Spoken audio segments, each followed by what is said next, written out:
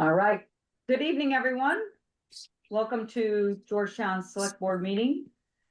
We will continue to let folks in on Zoom. We have a full house here at town office, including the most important guest. Sorry, y'all. Chaos. Tyler just said the same thing. So in any event, I'll call this meeting to order at 7:01. And I'm just pulling up the agenda, which I just had. Do you have one right here? I didn't print out. Okay, yeah, that's fine. I got it right here. Pulling it up. Give me 1 second. All right. So first we're gonna welcome Kathy Gravino, our newest select board member, to the meeting. Congratulations on your first meeting. Thank you. Yeah. I know, she's like, yes, please stop. No promise, everything's so low res.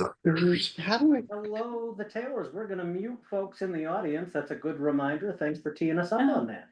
Okay, great.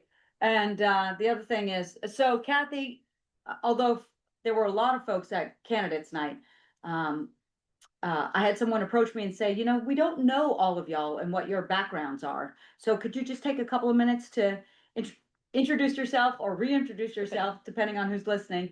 And then Katie, I'm gonna have you do the same. Sure. And then I'll say a few words too. Go ahead, Kathy. I'm Kathy Gravino from Bay Point. My family has been at Bay Point for a pretty long time. My earliest memories are actually, some of them are of being a very small child down there. And Bob and I have lived there since about 2002 full time. Okay. So I've got a lot of experience in Georgetown, just living here, I think. And also, since we've been here together, I've been on a lot of committees and seen a lot of different sides of the town in action. So when the opportunity came to run for this position, I was really kind of excited to see if I can bring all the pieces together. Right. And I'm just gonna mention some of those pieces because you're not getting there. Conservation Commission Chair. Yeah. You were on the comp committee, planning committee. I recall that. I think that's where I first kind of got to know you and Bob. And that's an incredible committee because It really is. It did our new comprehensive plan that was approved by the state around 2021. Right. But the people that were on that committee have kind of fanned out and gone into every committee and possible way they could help Georgetown. That's They right. are doing it now, which is That's really right. exciting. Yeah. So, Okay. And I Historical Society. Yeah, I worked on the climate change adaptation report in 2015, which was good. Right now I'm on Friends of Reed State Park. That's right. Advisory board, and I'm working with the Water-Wise groundwater study that we're doing with Aroustic. That's going to be really big this summer. So if anyone's interested in that. So when we get to committee liaison. And Gahi. Oh, yeah, Gahi, Yes. that's right, the Georgetown Affordable Housing Initiative. Yeah. So, okay, great. Katie, you are a local business person. My list is shorter. Okay, well, just let folks know a Yeah. little bit of your background and what other service you've provided to the town. Sure. Let's see, I graduated from RISD in 2005 and moved to Boston, and then we moved back up here in 2012 when our kids were school aged. And my two kids went through Georgetown Central School, and I joined the school board 2018, midterm, and then was there for 5 years, or 4 years. I was on the board with Elaine and Kelly James, and Now you're here. And now I'm here. I run And some businesses that's right. in town, and I'm part of Sigwinland Institute, and Okay, great, good, all right. And before on the select board, I was the rec committee chair, board of appeals chair, served on a few other things that in town, but in any event, and my background is as an attorney. I also have an HR professional. I'm the chief financial officer for one of the agencies of our Supreme Court, and so I manage and implement several budgets and HR court stuff. So that's who we are. We're happy to serve, and we're ready to go. All right. So let's now, and I loved your idea. So we have been doing a moment of silence. And last meeting, we honored Stephen Thibodeau, John Thibodeau's father. But Katie and I ran into each other. We're talking about the moment of silence and who we might know who has passed. And Tyler gave us that information. But Katie had a great idea, which is to also celebrate, have some celebrations. So I think perhaps we should designate this entry as solitude and celebrations, something like that. Mhm. Okay, so we do want to reflect on the passing of the Carlisles. And is it Joan and Stewart? June. June and Stuart Carlisle. So we've lost them over the last year and fairly recently. And so certainly, like we've said before, that's a loss in the entire community. And then Katie noted something that we've all been aware of, or many of us have been aware of, which is we have a new birth in town. Mhm. Who is that? Baby Ace. Okay, Yes, yeah. so. The Crosbys have a baby. So Lauren Crosby's baby Ace. And then we also have some volunteer or some firefighters to give a shout out to. So that's Sandy and Dave Polito and Jim. Yeah. So thank you to everyone, and we'll continue to offer solitude and celebrations. And so for those of you listening, if you are aware of things that we should be celebrating and giving shouts out to, please let us know and just send that message to Tyler and he'll get it to the rest of us. Cool. Okay, great. I like that approach. That way it's good things too. It's good Yeah. things too. I thought it was a great idea. Yeah. Yeah. Okay, so now we are ready for public comment. Is there any public comment? We'll start in the town office first. Oh, yes, that's us, right? Well, no, it's just a public Online, comment, like public. something you want to say, not part of your presentation. Happy New Year. All Hi, right, everyone. It's great to be here. I know Marissa McMahon, who's on, had indicated she wanted to share a public comment. perfect. Okay, so Marissa, there you are. Hi, Marissa. Hi. Thanks for joining us tonight. Thanks for joining us tonight. Go ahead, please. Yeah, I just wanted to. I know We there's a can't couple hear you, other Marissa. folks- Oh, Could you- can you hear me now? We're gonna turn up our owl here, but you may. Okay, can you hear me? Kinda. Yeah. A little. Okay. It's We're like- gonna. Can you all hear? Okay, now try it, Marissa, please. Better. That's Yeah. great. Thank you. Okay. Yeah, there's a couple other folks on this call that I think maybe are looped into this as well, but just We're losing you, wanted to. Marissa. Could you come closer to your camera, please? I don't know what's going on. It was loud. Yeah, that's. Yeah, I think coming closer helps. Okay. Better? Yes, bit. I'm sorry to interrupt you. We just. No, that's okay. I don't know if it's my computer. I mean, maybe someone else could come off mute to see if it's my computer or if it's the owl. Yeah. Allison, can you hear Marissa okay, or? I can hear you fine, Marissa. Okay, good. Lisa, thank you, Lisa, Lisa. you're at like a full volume. Okay, for Marissa. that's fine, Marissa, then go ahead and talk, please. We'll just listen closely. Okay, sorry. That's great. Yeah, I just wanted to raise the issue. I've been working with folks in Arousik for a long time on shellfish and river herring related things. And several of those folks have brought to my attention the main DOT plan for the tidal crossings in Arousik on Route 127. And I don't know if anyone's familiar with the plan or has, any background with that, but they're basically raising the road and they're changing the culverts out. And there's kind of several flaws in the plan, and DOT didn't really do a lot of due diligence in consulting the towns and getting input. And so Arousik has already sent a letter to DOT expressing concern over this. Has not really got much of a response from DOT other than okay, thanks. We're still going forward with what we're going to do.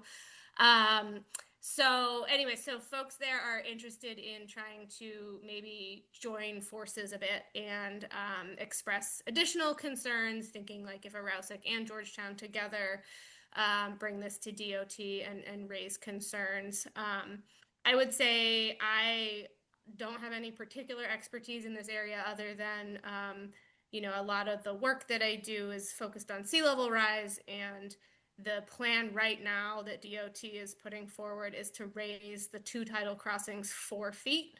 And there's already been instances where there's been 4 feet of water covering the road in these places. So, that does not seem adequate from just a sea level rise perspective.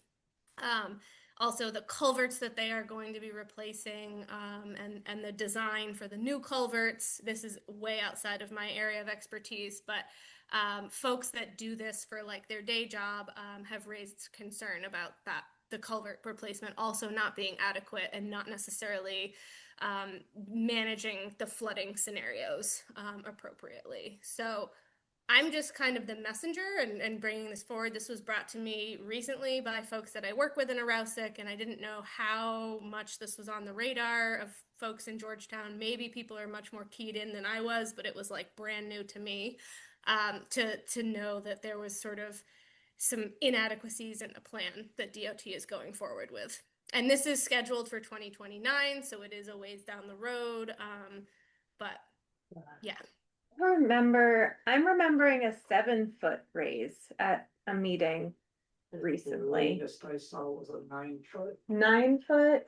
The latest I've seen was a 8-foot. I know that John Collins, myself, and Mike Field attended the first informational session that was done up in Aroustic. Yeah, At that stage, there weren't flaws in the plan being raised. There were people, I think, with concerns about environmental impacts, but it was very preliminary, and when questions were raised, they were largely, well, there's gonna be a process to work that out. Marissa, do you have a copy of Arousic's letter?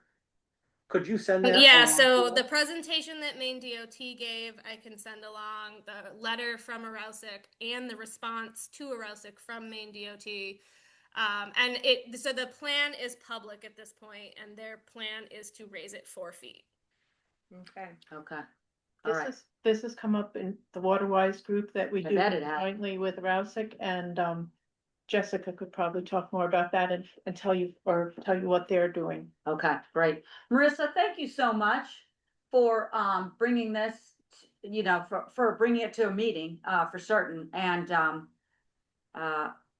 we just really appreciate it. So we're fortunate to have you.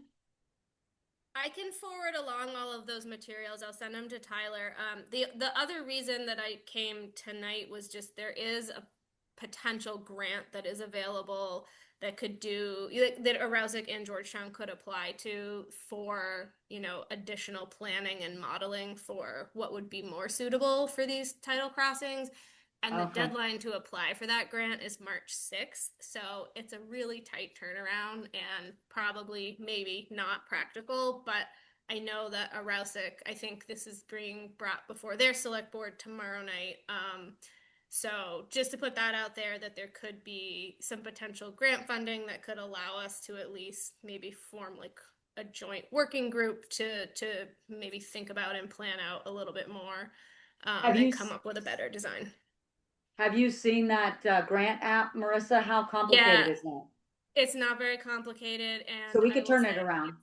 It's the Maine Coastal Program, and Oh. the main person in Aroustic who's been leading a lot of this, Claire Enterline, used to work at the Maine Coastal Program for many, many years. So I think I think it's well within the scope of what this group of people would be able to put together in that timeline. Okay. Would we have jurisdiction though over Route 127 to be able to do that, given it being a state road? It's not no, and I don't think it's necessarily about that. I think it's more just like going back to thinking about what would be some better alternatives for the design that could be pitched back to DOT. And for this particular grant, I'm pretty sure, and again, I'm more the messenger here than anything. And I see Jessica came off, put her camera on, so she might have something to say. But I think Maine DOT would have to be a partner on this grant. So it would be more of like a partnership working together to try to figure out what a better plan could be. Okay. Well, it's worth consideration, even Absolutely. despite the tight time frame. Okay. Jess, please. I don't Please want to take supplement. over. This is like a huge issue, and thank you, Marissa, for bringing it up tonight. But there is a letter being drafted by Aroustic. I signed the previous letter that went in there on behalf of Georgetown because we didn't have time to get you all together to do it because we had a day. And Ruth also signed it as Kelt, so she's also on conservation. But time is of the essence, and I think what Claire's really looking for is for our towns to be partners with the DOT in this design phase. And in order, like once the design is committed, there's no wiggle room. And so she's really worried about time. So just keep that in mind, but know that Aroustic is writing a letter right now. And then I will get that to you soon. And I also have all the files that Marissa has, but Marissa can send them over to you. So, and it is, So- I just confirmed. Okay, so riffing off of that, I'd like to add a new agenda item to consider joining this partnership with Aroustic and MDOT for a new business item tonight. Thank you both very much. Okay.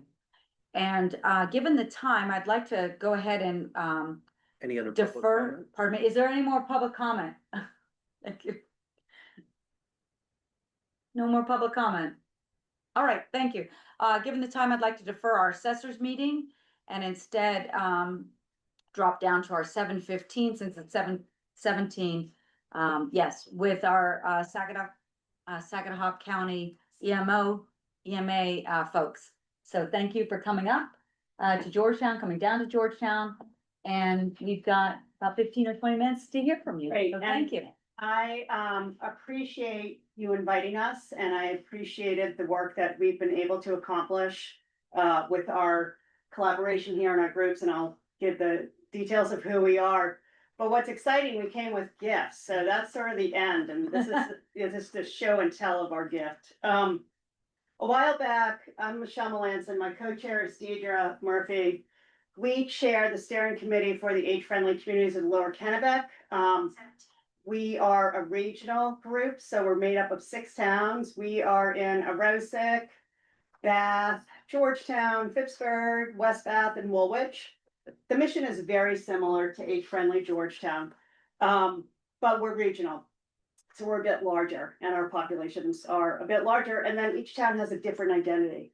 Anyway, the big thing we did in the year 2025 is apply to 2 grants we are funded by AARP. It was about emergency preparedness kits, and one of the grants helped us develop listening sessions and go into towns and learn and be informed what people were concerned about when an emergency hit or the what ifs. And for me, those were so valuable. We learned a lot, and I'll get into details of what we learned here in this town. The other part of the second grant we received was preparing all the kits. So it gave us all the money to buy everything in this kit, which I'll show at the end, and go into production. We partnered with the volunteer group at the high school. We spent an afternoon there, and we created 150 emergency bags. And both grants accumulated about $14,000. So a couple of things that we learned here in Georgetown specifically, but I will say there was a theme in every town, and that is the fear of when an emergency hits and I'm not prepared. And not having a solid plan.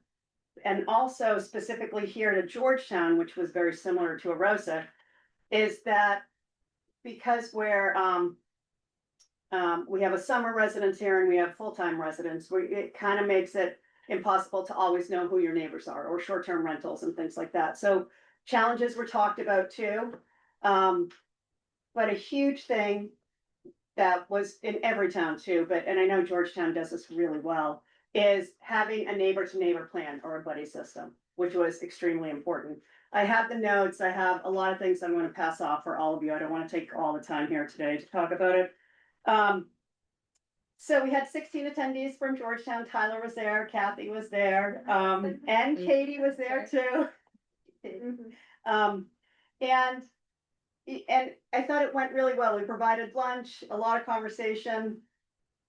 The piece I don't want to forget to say is that we have been collaborating with SCEMA, Saginaw County Emergency Management Agency, with Phil and Ashley, and they're going to talk about next steps of how we're facilitating, besides just handing a bag to folks, what else needs to be happening. So next steps that are really crucial are still building community partnerships and relationships in our communities.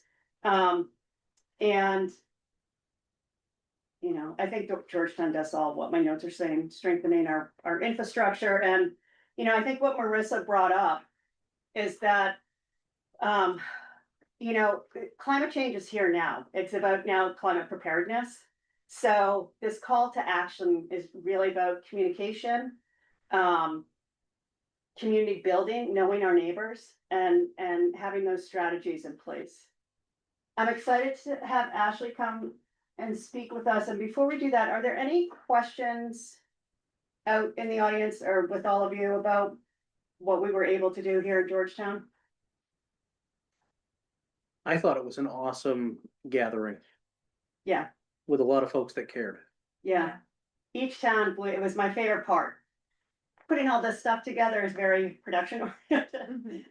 Conversation is so valuable, and each town was just so willing to show up and hear each other and listen.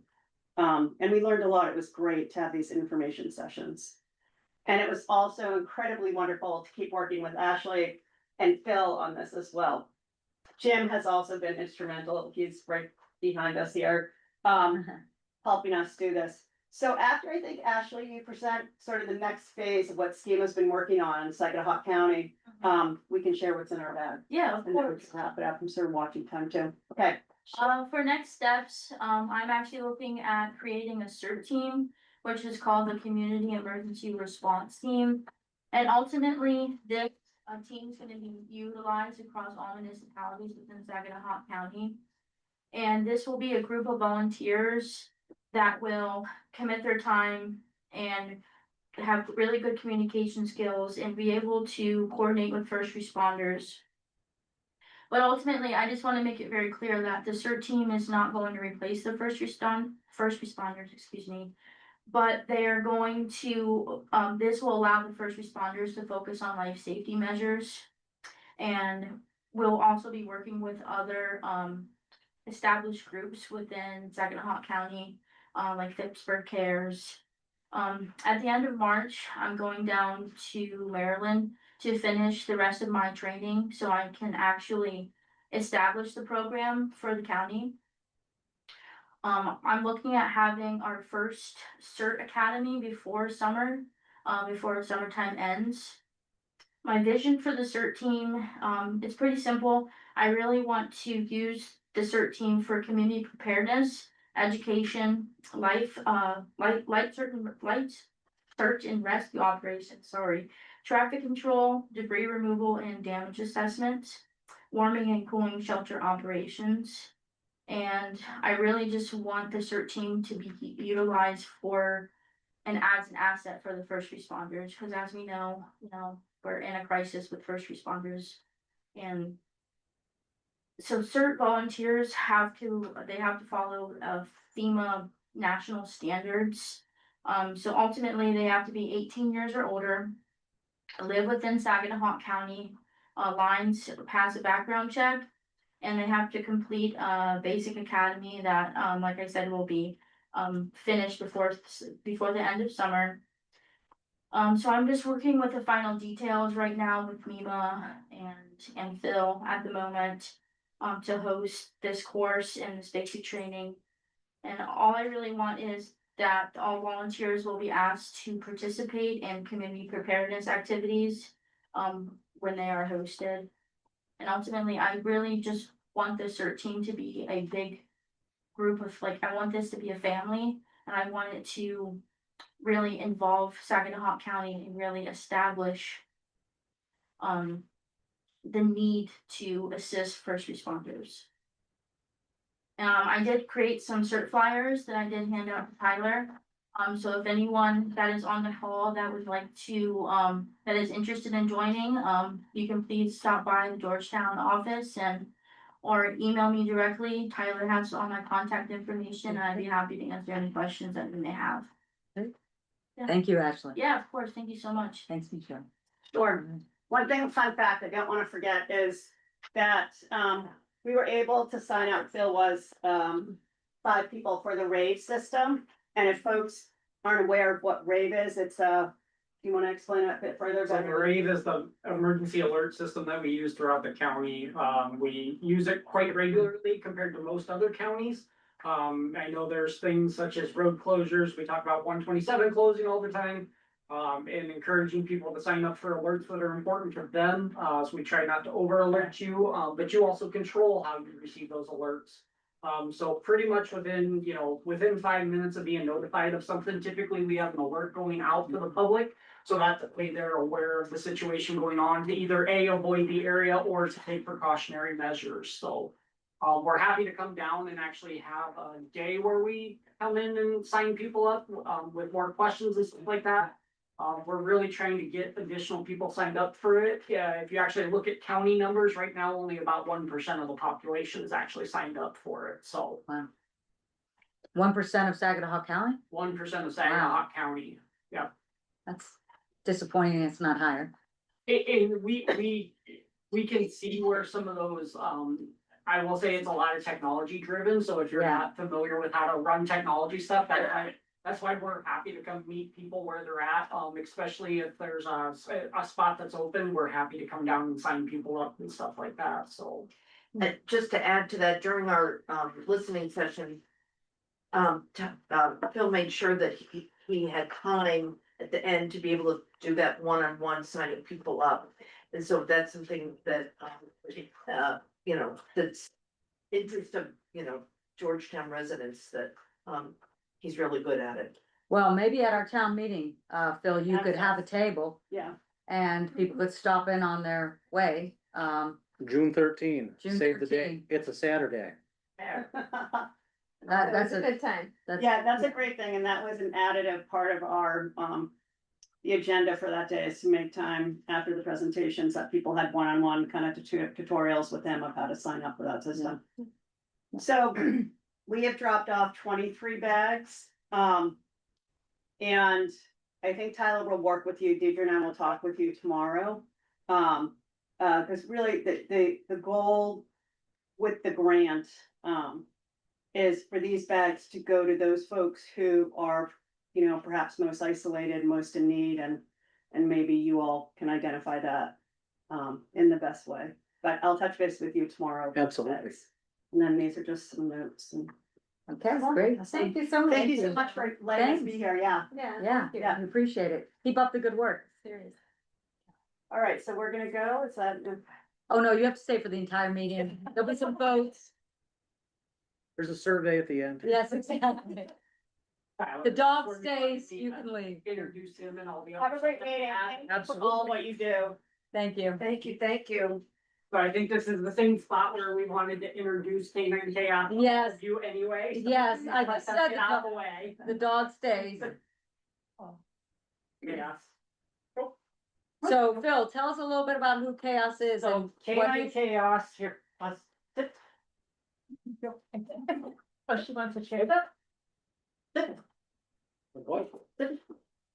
So K9 Chaos is Maine's first and only crisis response canine. The best way I can usually describe him to people, because people are more familiar with comfort and therapy dogs, is I describe him as a therapy dog on steroids. He can actually integrate into first responder scenes and not be in their way.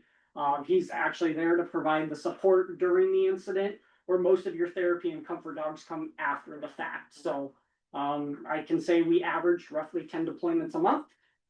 So he does get utilized pretty regularly throughout the state and stuff like that. But we want to take a moment to introduce him to you, as well as remind each of you that we do have a G402 course that in order for Georgetown to qualify for specific grants, if you are an elected official, you should have taken at least the G402 course from us. Those are the NIMS classes. Yes. Yes, the very boring NIMS classes. We are looking at trying to condense what the FEMA requirement is to also tailor it to what we do here in Saginaw County. I'm just putting the final touch on the PowerPoint presentation for that. So as soon as we get that finalized, I'll send the information to Tyler to introduce it all to you guys. We're trying to keep it within a 2-hour time frame. We are going to offer it virtually, so you don't have to worry about some of that stuff. Because I know that a lot of it in person, it used to be a 4-hour presentation. And all that, but, trying to get it down so that way you guys understand what we're trying to accomplish within the county, as well as what you can be doing in your communities to help support that emergency response phase and stuff like that, so. Okay. Great. Great. Chaos says, smells my dog on my bag, on my jacket. Hi, buddy. Yeah. He looks good. Well, and I will say that, so, I mean, we have come down to Georgetown, and there's been a couple of incidents down here in Georgetown that we have come down for.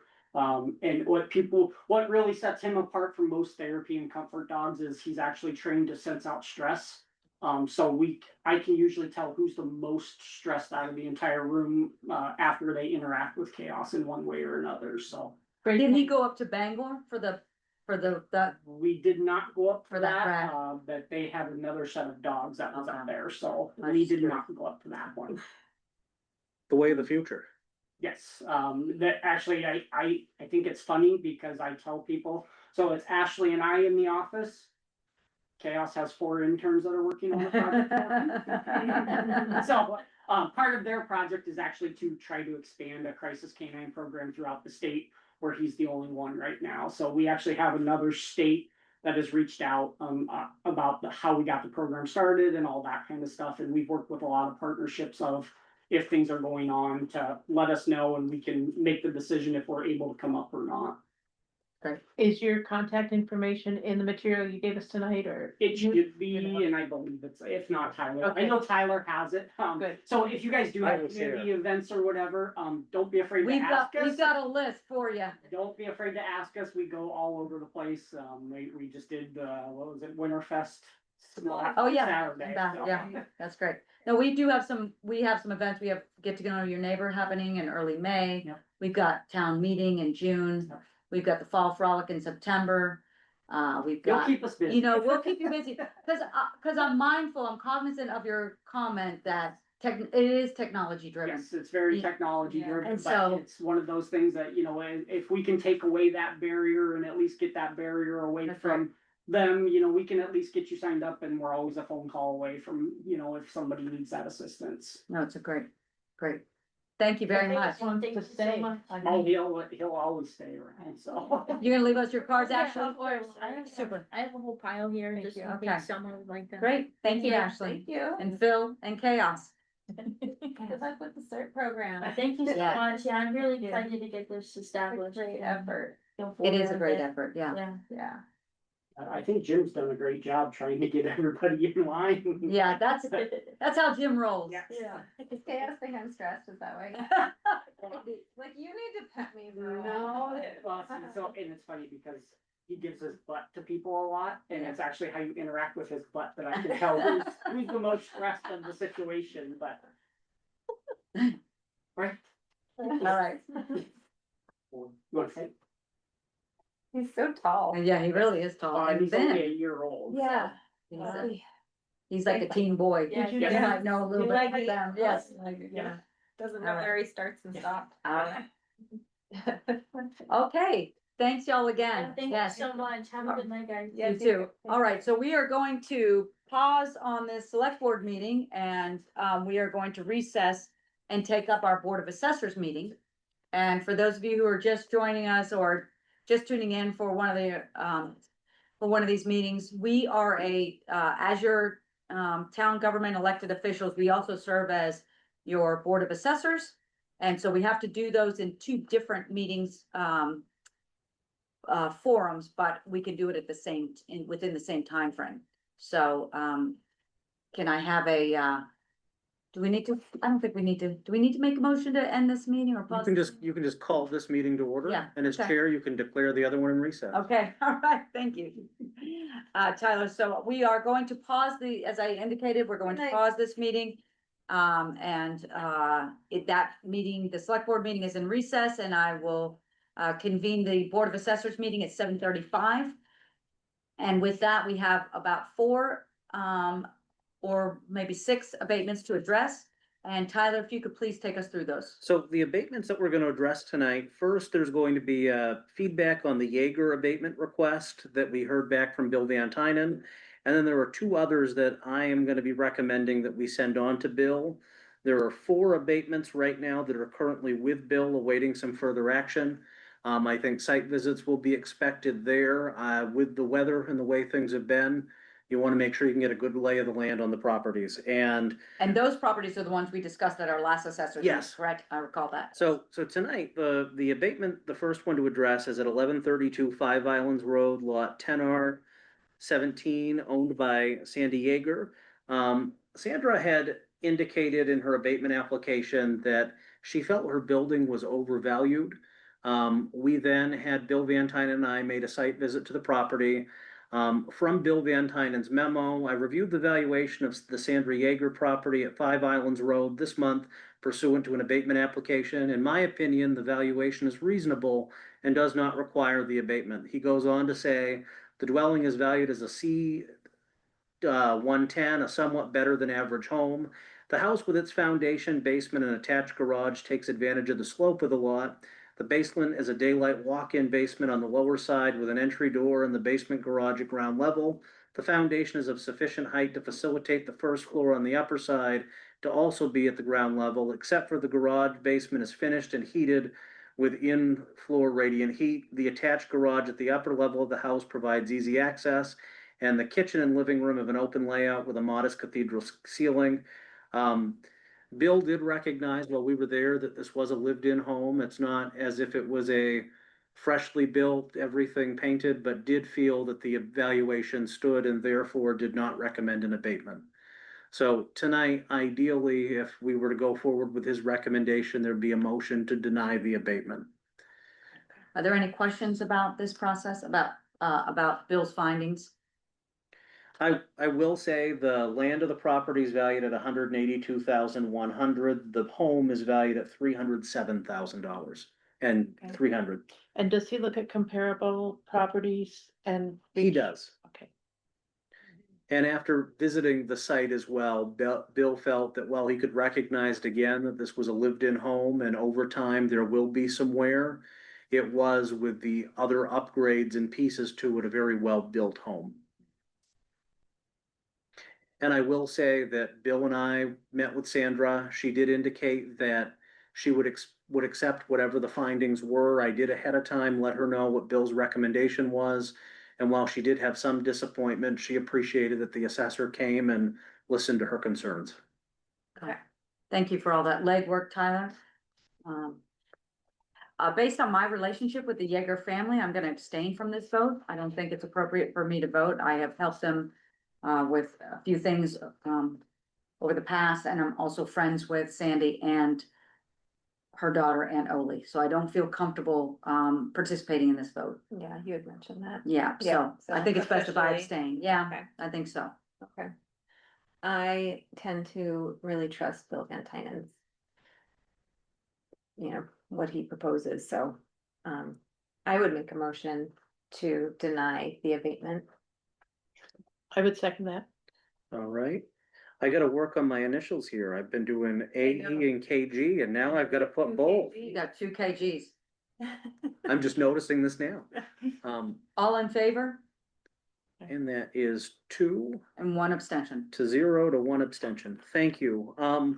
The next abatement that we're looking to address tonight is at 644 Five Islands Road and no street address. 2 adjacent lots, 4R Lot 15G and 4R Lot 15.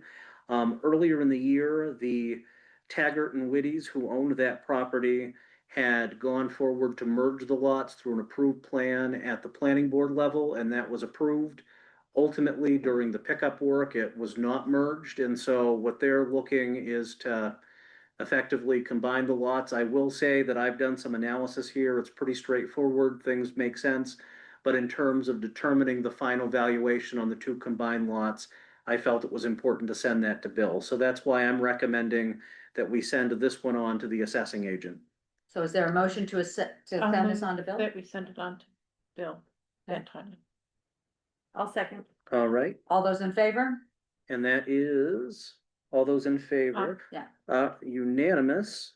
All right, and the last one is an abatement request for no street address, lot 6R 28-1, owned by Lisa Sabatine. It's a land parcel that is down on Sagadahoc Bay Road. Or off of Sagadahoc Bay Road. There is a 2 acre lot that effectively there was a road that cuts through it, which then one side being shoreland zoning, connections to the roads, there were some concerns about setbacks. I did do some analysis of this property in comparison to some other neighboring properties. Do they have the same They're, challenge? we, looking at that same challenge and in that same neighborhood, there were some topography reductions, which sometimes can be the way that's coded. There was an additional property that had a higher topography reduction than some of those. So I really felt that, again, this is one that Bill should look at just to confirm that, yes, a 60% reduction for topography did take into effect those factors, or does it perhaps that one and others need to be abated? So again, I'm recommending this go to Bill for further review. I think this will be a pretty straightforward one. He may need to make a site visit down to that neck of the woods. Okay. Is there a motion to send this to Bill Van Tynen for, I'll review? make that motion. Is there a Send second? it. Second. Okay, all those in favor? All right, and that is unanimous. And again, the other abatements that we are waiting, we will have more coming. The abatements awaiting further action are currently with Bill, and the pending abatements received to appear on a future agenda will likely be up to abatements to address by the next meeting. Okay. And one of the things that we'll talk about at the budget hearing is this need for the assessors, our assessor budget line to go up exponentially. Yeah. We're through this abatement request process. We have a lot of folks asking for that. And so Bill is going out to give the most informed expert information back to us. Tyler's doing a great job with some of that initial legwork, and they don't all have to go to Bill. But we are going to, as we go on in years, you can imagine we're gonna have a greater increase in this line, this expenditure. So, just a precursor to what we'll be talking about fairly soon when we get to reviewing the budgets. All right, the minutes. We've got minutes of January 27, which Tyler sent around to us and then did a little bit of editing. Is there any motion related to the minutes of January 27? I move to approve the minutes of January 27. As amended by, As amended. Perfect. Yeah. I will abstain because I wasn't for that. That makes sense. I'll second it. And all those in favor? and that is unanimous, actually not unanimous, 2-0 to 1 abstention. In the same regards, February 10th.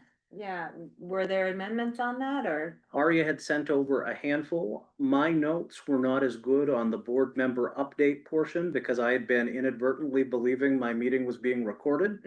And so Aria managed to put together a couple of the notes. So I suggest perhaps we defer those and give a chance to look at them and come back at our next Table. meeting, March 10th. So we'll Okay. table those minutes Yeah, I'll move to table the minutes. and I'll second it. All right, All those in favor?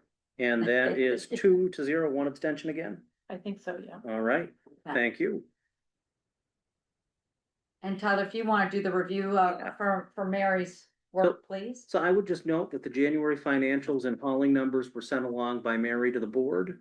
I can also touch base quickly on correspondence. We received the Mid-Coast Council of Governments, has sent along a few different ways now, a transportation needs survey. I will forward the link on directly to you guys, in their latest draft.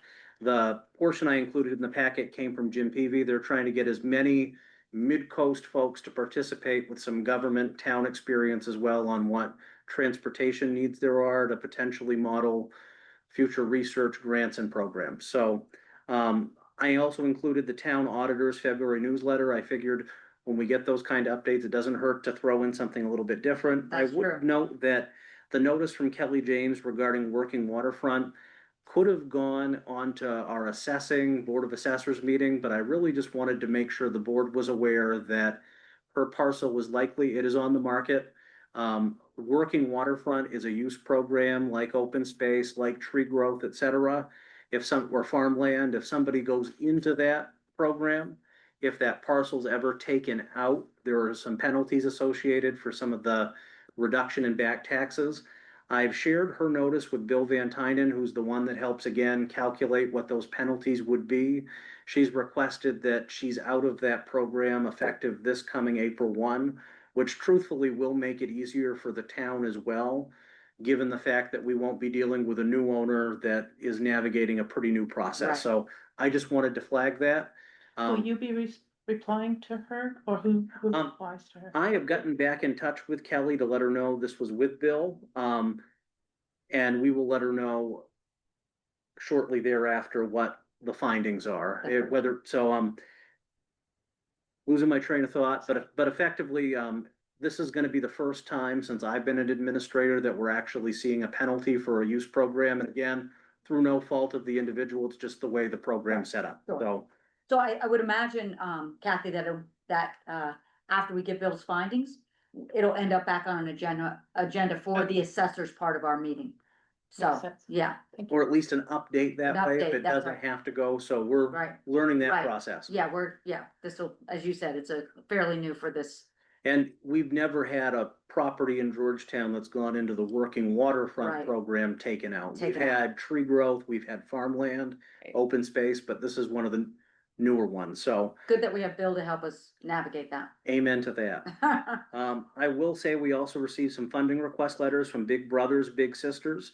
I forgot a couple of S's there, the Bath Area Food Bank, and today we received the Bath Area Senior Centers Good. letter. So I sent that along digitally and just figured we'd include it here. Yeah. And that's what I had for that portion. And so what happens with those funding requests is when we get to budget time, we take all of them and decide, Kathy and I were at the FAC meeting, they recorded it, so you'll have that available today. Or they recorded it today, but, that's when the FAC makes recommendations and then we review all of their recommendations and then also the funding requests Okay. and make decisions on who we're gonna provide funding to.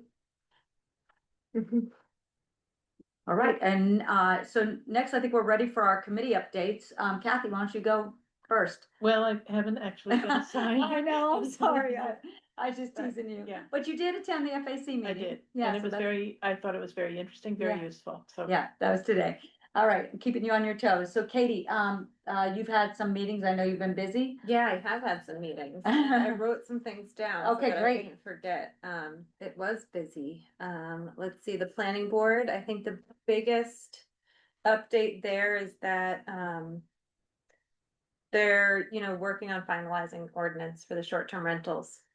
And, the last meeting, they had a special meeting where they voted on how they wanted to move forward with that ordinance. They had 3 different options proposed, and they decided on one. Do you want me to go into more detail? On, Sure, I think so. Yeah, on the yeah. 3 different Yeah, I options and think what so. they wanted to. move Yeah, I forward think that with. would be helpful. Option 1 was that the ordinance requires all Georgetown STR owners to register with the town, as well as prohibiting any additional dwelling units other than principal structures to be used as an STR. So registration, pretty much. Option 2 is everything from the first plus an operating guideline and regulations that's written into the ordinance. Option 3 is everything from 1 and 2 plus issuing a moratorium on STRs in Georgetown. Okay. Um, And do you have a sense? well, Tell they me again voted what on you- it. Okay, go ahead. They voted on it and they ended up voting, I don't remember the numbers, but with the second option. Okay, And so I think they're moving forward with that. We haven't had a meeting since that Okay. special meeting that I've attended. okay. But I think it's interesting. I think that they've put a ton of work into that ordinance. and it's Clearly. really thoughtful and, it may be taking it a step further than the select board intended with the guidelines and the regulations around STRs, but it's also really important information for us to have. Mm-hmm. I think the registry is gonna be the biggest source of information Okay. for the town to know what's going on with all the short-term rentals in town. We might get 40 people registering where we assumed there were closer to 100. Who knows? Right. Yeah. So that was a big planning board update. The school committee met last night. They're working on their budget. Last night was the first kind of formal budget. Um. They're having a workshop next week to get more granular with it. There was an interesting conversation actually, yeah, about the AOS governance structure and how it interacts with Georgetown. And whether or not we want to continue, Right, dissolve from, if other towns are leaving the AOS, how does that affect us? right. It was a really interesting conversation. A town person suggested maybe we need a committee that is working alongside the school committee to kind of flush out those ideas and see how it would affect us and all that. Yeah. So that might be something that we want to Yeah, talk about more. sure, I appreciate it, so I appreciated certainly, Elaine, who's had a lot of experience on the school committee. I think served when we were deciding whether or not to go to RSU one.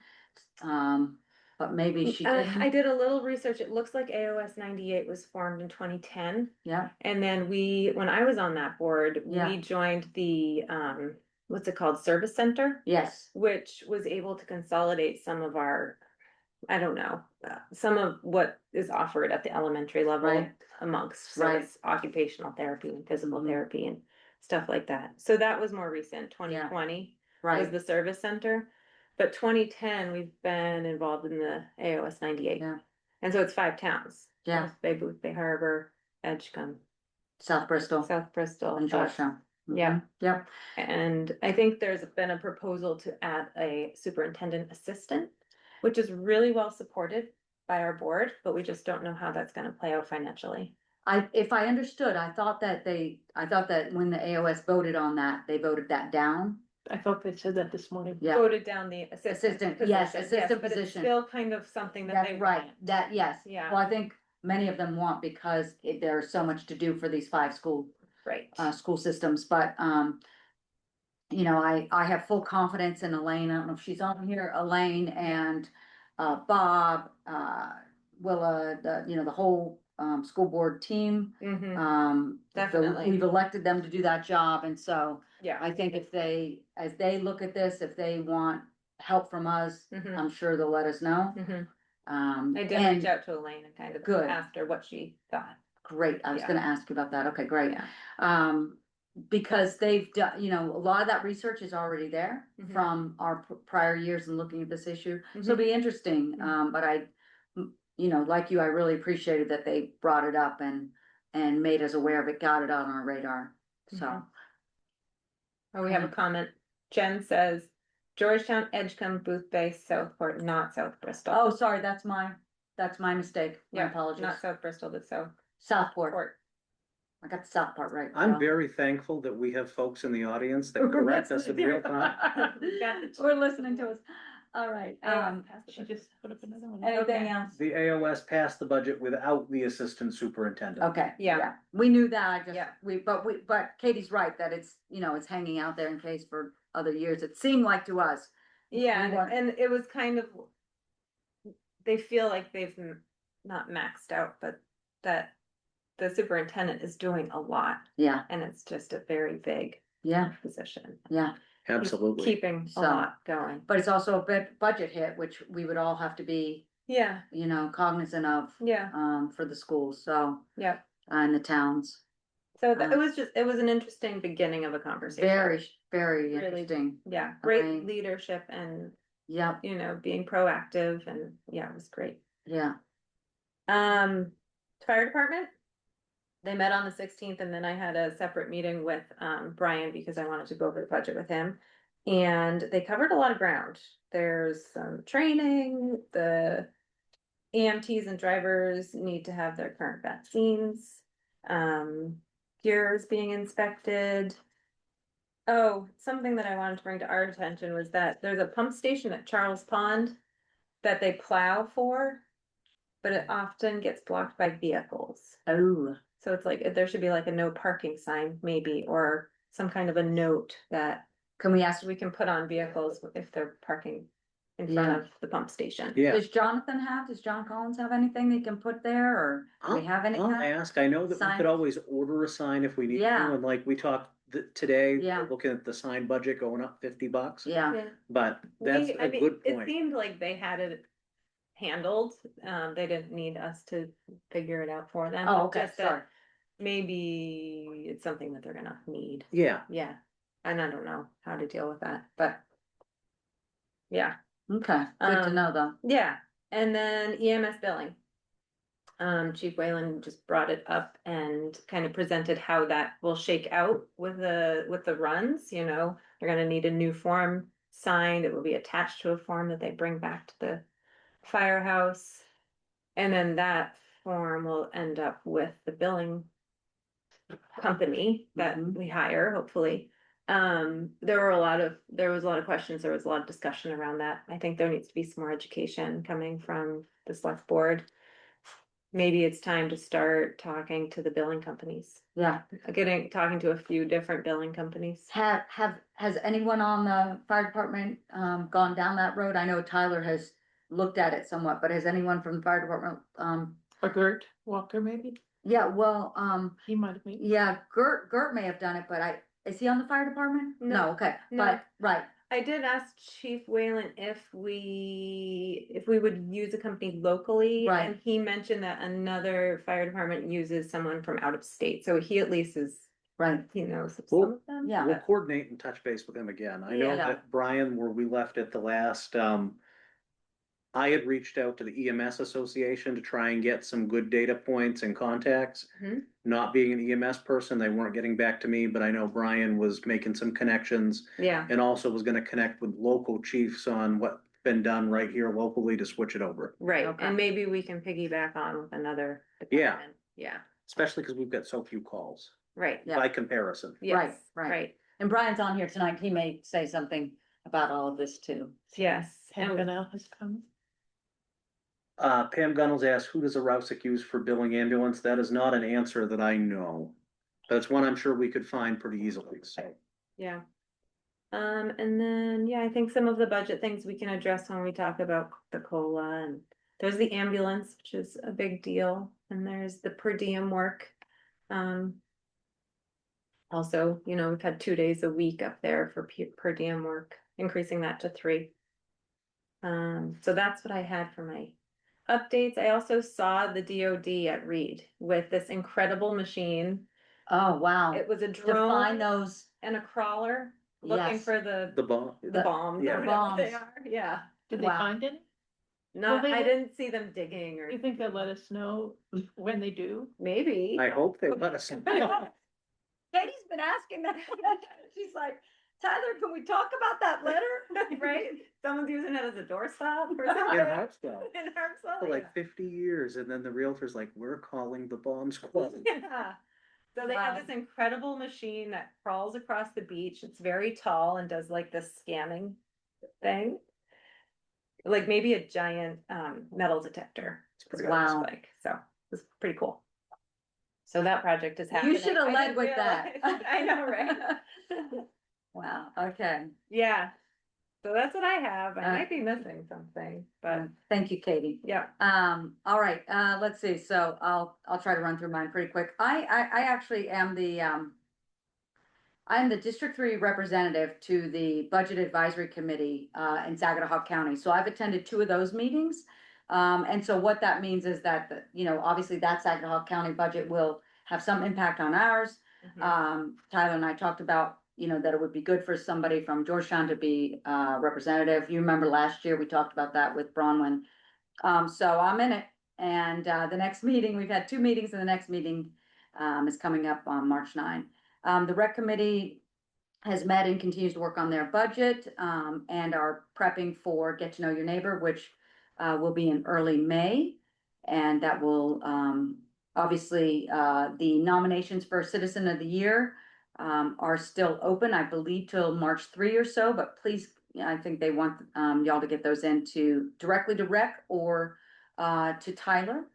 And the Board of Appeals met last Thursday. They elected a new chair with Rufus moving over to or resigning to move to, another committee, planning board. So the Board of Appeals Chair is Scott Weller.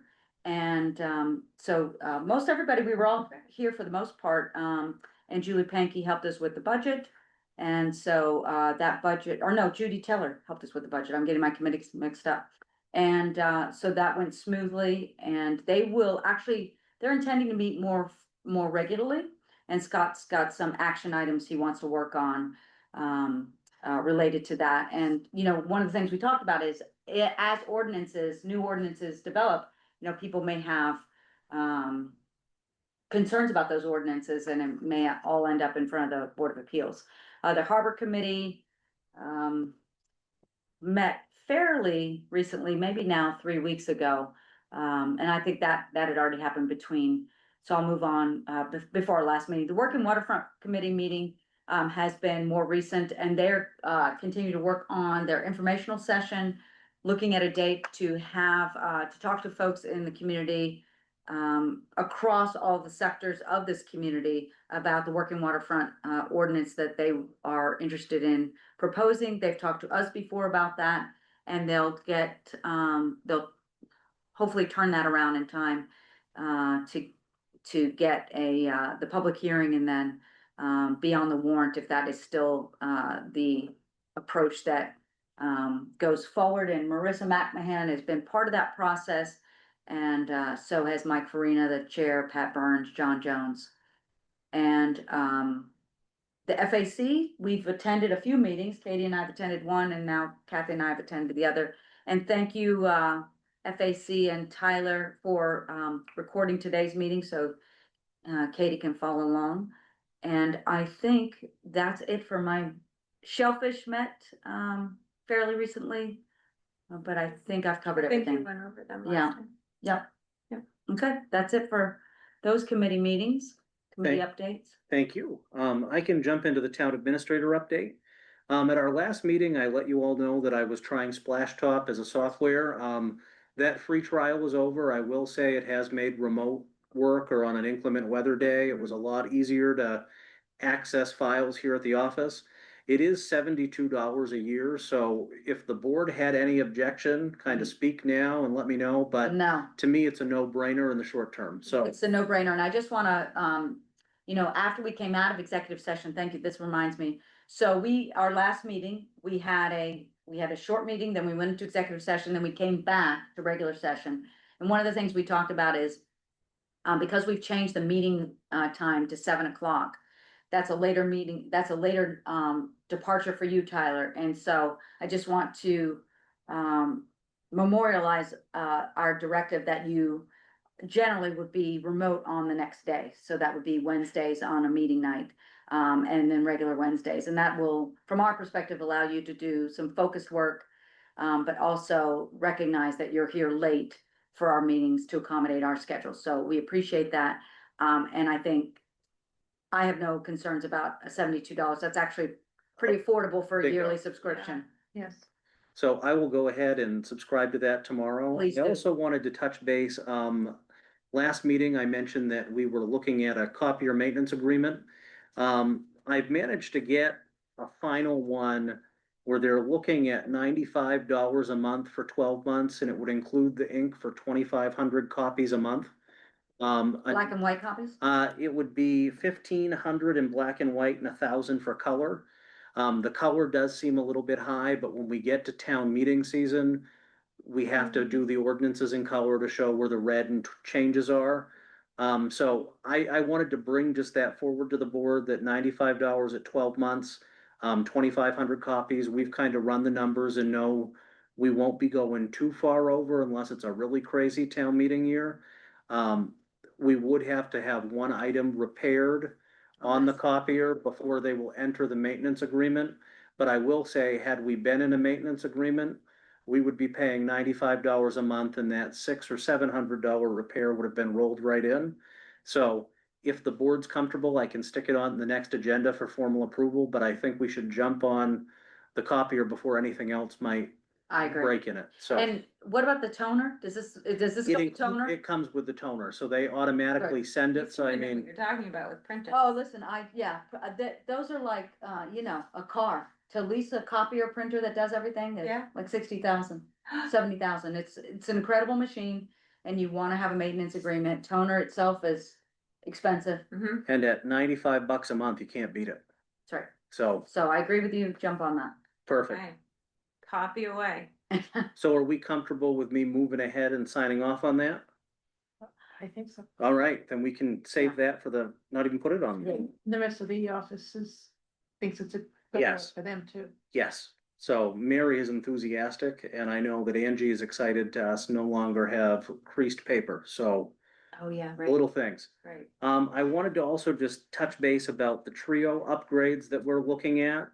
I've heard from Harris Local Government, which runs Trio, So that's the software, that they use as part of their, work here, assessing and assessing and Properties. car registrations is all done through Trio, assessing, tax records. All of our accounting kind of runs through there. Mary does another form of accounting in QuickBooks.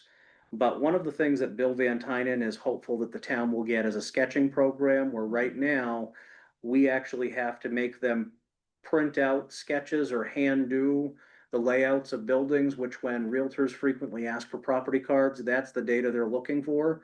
It would live in-house in the system. It would also allow for pictures to be uploaded, so when we go to the old property cards, it's fascinating to see what Bay Point used to look like. But without the steady updated revals as well, we run into a spot where those pictures aren't even accurate at Right. times, so. right. It would also potentially host all of this data online where Bill, we could next year no longer be in a splash top situation and access things more securely. To do the setup, it would be $6,862.50.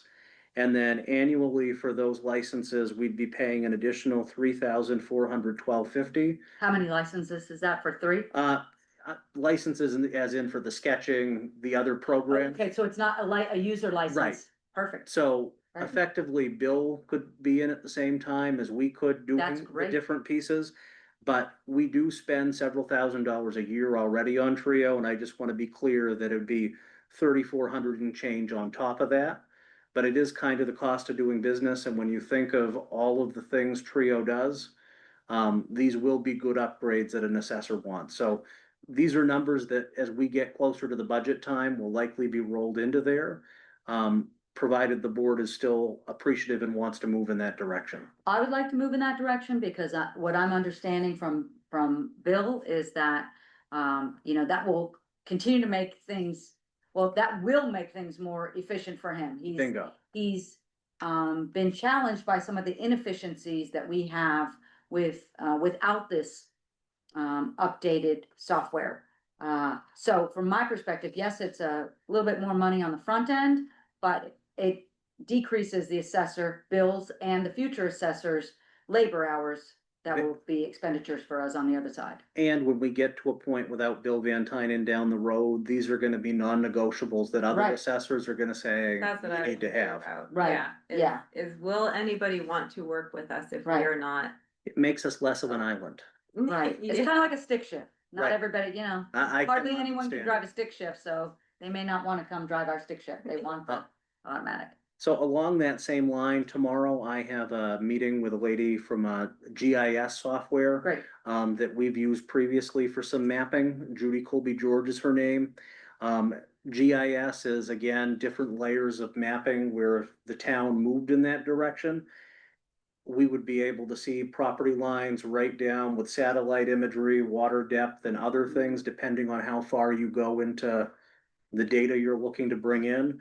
I will say that GIS was, of the things Bill was looking for, the last of the items that we could get by without, but I want to at least get more data and see, for years, the town said that sketching and the other bits was too expensive. Well, $3,000 a year, I can understand how that could be expensive, but at the same time, it really is not. So I'd like to see where we stand compared to a few years ago. Well, and I don't think that's expensive for software costs. Right. Not these days.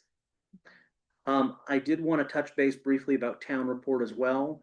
I've spoken with all the committee chairs about getting their town report annual letters in. School is gonna go through the principal and so on. I've also am working with Mary on getting the financials so that we can have a town report at town meeting this year is my goal, not just to have the multi-year done, but have folks be able to go through town report at town meeting. Thank you, Tyler. It's a goal. and it's the law, so it's one that I would like to make very, in the same breath, I wanted to know if the select board was comfortable with a photograph competition like we did last year. And what I'm thinking is that we could post that we're accepting through March and pick at our first meeting in April. Sounds That good. would be around the time when other folks would need to, but last year, the town report committee was very helpful in getting things caught up. But I would prefer to get this back into the wheelhouse of the select board, and so are we comfortable with posting we want pictures and Yeah, we'll decide in What April? about artwork? yes, We- 'Cause I think we've gotten drawings Yeah. and. Yeah, Yeah. Odin Winnie had a really yes, awesome Odin had a great one. lighthouse. Hmm. So that is important. I will get to work on that. The town seal on town office. Oh, yeah. Last week, I pulled aside Don Cowing. I've noticed driving by that there is some repair that needs to be done. Don Cowing shared that several years ago, prior to my arrival, he had reached out to the town office to flag that there was some damage occurring. He feels that the damage on that seal attached to the building, the rot has gotten too deep where there would need to be some carve out of the rot and refill. Mhm. Or one of the suggestions he's also said is maybe sand it down completely and have somebody like Carrot Signs print the seal and lay it on. So I don't have all the answers yet, but I did want to flag that that town seal is an important part of the town. And, you know, we're gonna want to do something with it, not let Yeah. it completely waste. Absolutely. So, Okay. and it doesn't look as rotted as apparently it is driving by, but water damage is a real thing. And lastly, An I idea that I- wanted to touch base about, we've talked now for a little bit, but I think we wanted to wait till Kathy was on the board, about doing a letter to the DOT about roads. Or anybody on the board. Bingo, Yes, yeah, whoever was going to win. yes, I just want, sorry. But in any event, I wanted to know, does the select board want to be the ones in the driver's seat on that? I also talked with John about having a letter from him as well. Doesn't have to be the same one, sometimes more than one letter gets more attention to the problem. But I just wanted to see, is that something that we're comfortable with me drafting? I feel think so. better Okay. about I think so. And- You're talking about the conditions of. The conditions of 127 127. in Georgetown. And then I just wanted to also touch base, as we've talked about it, the key points again. The conditions are awful and unsafe.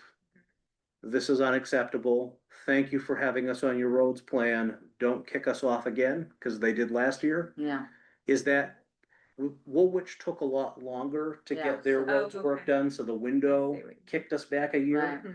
So I just, before I started drafting, I wanted to be firm, but at the same time recognize that DOT is a crucial stakeholder. Right.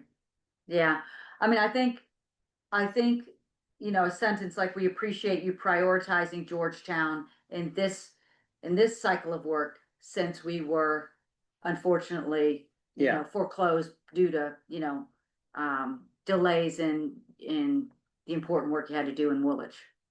So. Yeah. Something like that. So I think I do think a letter is warranted. We talked, there was some discussion Yeah. about that. There's been discussion about that for how Go. many meetings? bingo. So I'm just saying, let's get it done and we'll have a draft for approval at the meeting on the 10th. Yeah, that's great. Thank you, Tyler. And that was all I had for my administrator update. Usually it's talking at you guys, but I had a lot of questions tonight, so thank you. Okay. So, Chief Whalen, if you're ready, we're ready. Here he is. Thank you. No, I'm here. Great, thank you. Sure. Can you guys hear me okay? We sure can. Great. Well, not too much of an update tonight, which is good. Let's see. We got a couple small things here. You guys hear me okay? We Yes. sure can, yeah. Okay, great. Couple small vehicle repairs we had recently. Small repair to engine 3, which we were able to fix in-house, which was kind of nice. We had to go get the part from Greenwoods, which wasn't that cheap, but not too bad considering it goes on the fire engine. So thankfully Marty was able to put that in and fix it up for us, which saved us quite a bit there. So it was great having him, like I said, around to do that. So otherwise for vehicles, we're working on coming up with spec sheets for new ambulance possibly, and we'll hopefully get the RFP out here in the next month or couple weeks or so. That would be our timeline on that, and then it'll be a little bit before we get all that back. I think from all the companies and whatnot. But from my initial discussions, this is like over the phone chatting with some of the manufacturers that are around in the state of Maine and New England and whatnot. Looks like the timeline will be close to 2 years if we wanted to order something new. And a round big number price, which don't get too scared yet. But it will be close to $350,000-$400,000. So I did ask about possibly doing a remount, which is taking the old box off of taking the old box off the other ambulances we have now and then putting on a new chassis. But that is only going to save us like 10 to 20% on the total cost. So and that's still not even a sure thing. So we're looking into that. That's kind of an ongoing project we've got. Let's see, for staff, we've got 2 members who are working on getting their AEMTs. That's class is going great for them. And so getting all the clinical stuff done. And I think they're at least over halfway done their class now. So looking forward to that and supporting them in any way we can. Like Katie said earlier, we're finished up the budget for the most part. Got that in when we needed to, and so we are moving along with that. Really still pushing for 5% payroll increase across the board for everybody. I know that's been a little bit discussed at the select board level, and not sure where you guys are all the way at on that part, but I really feel like the 5% is quite appropriate based on, cost of living of, goods, services, fuel, things like that, costs have gone up quite a bit in the last few years. So I also think it's very fair to take that 5% raise and put it all the way across the board for all the town employees, because it's not just the fire department who's impacted by this, and we're not the only ones here. So, nice and easy round number for everyone. So, yeah, budget's doing pretty good. And from the payroll numbers that I got from Mary last month, we are well within this year's budget right now. Should maybe end up with some extra at the end of the year, but we'll see how things shake out. Like I said, it's we kind of have an unknown. How many calls we have? Do we have any big incidents? That kind of thing. So, but like I said, looks like we're doing pretty good right now. Let's see, for the building stuff, we are looking into possibly purchasing a new small air compressor for the annex building. We have a little pancake compressor which keeps the tank truck full of air, and that has been working very hard for many years now and is getting very, very worn out. So we'll look into replacing that pretty soon, but that shouldn't be too bad. You guys have mentioned EMS billing earlier, and we're still talking about that internally and how we're going to make that work. Also to see how we're going to implement that on our end of things. So like I said, we're still waiting for some guidance from the select board. We're more than willing to start doing whatever you guys need us to on our end to move that forward if that's what you want to do. We're doing that. And the most recent thing that's come up in our world over here at the fire department is updated DEA rules. So the Drug Enforcement Agency, the federal government, has come out with updated new rules for controlled substances.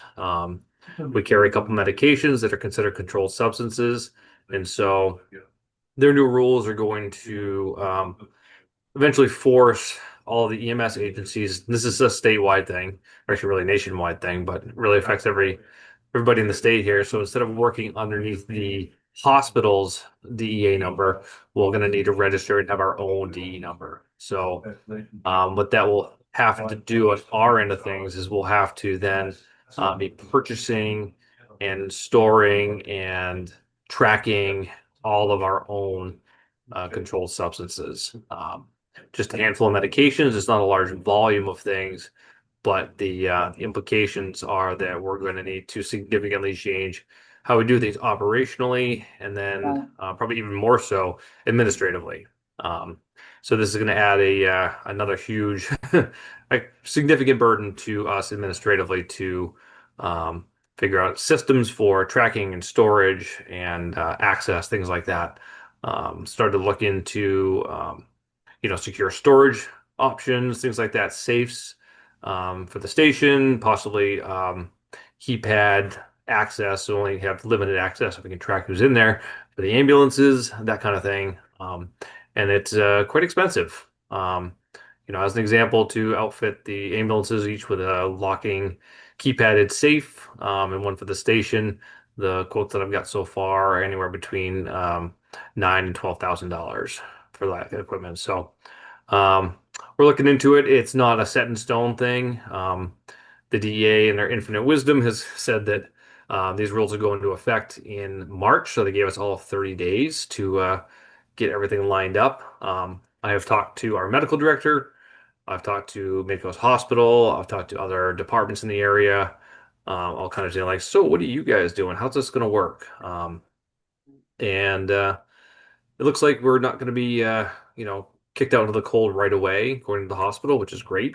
We'll be able to keep using the system we have had for years until we are in a place where we can then transition onto our own system. So we're not getting kicked out yet, but this is something that we'll have to be doing sooner rather than later.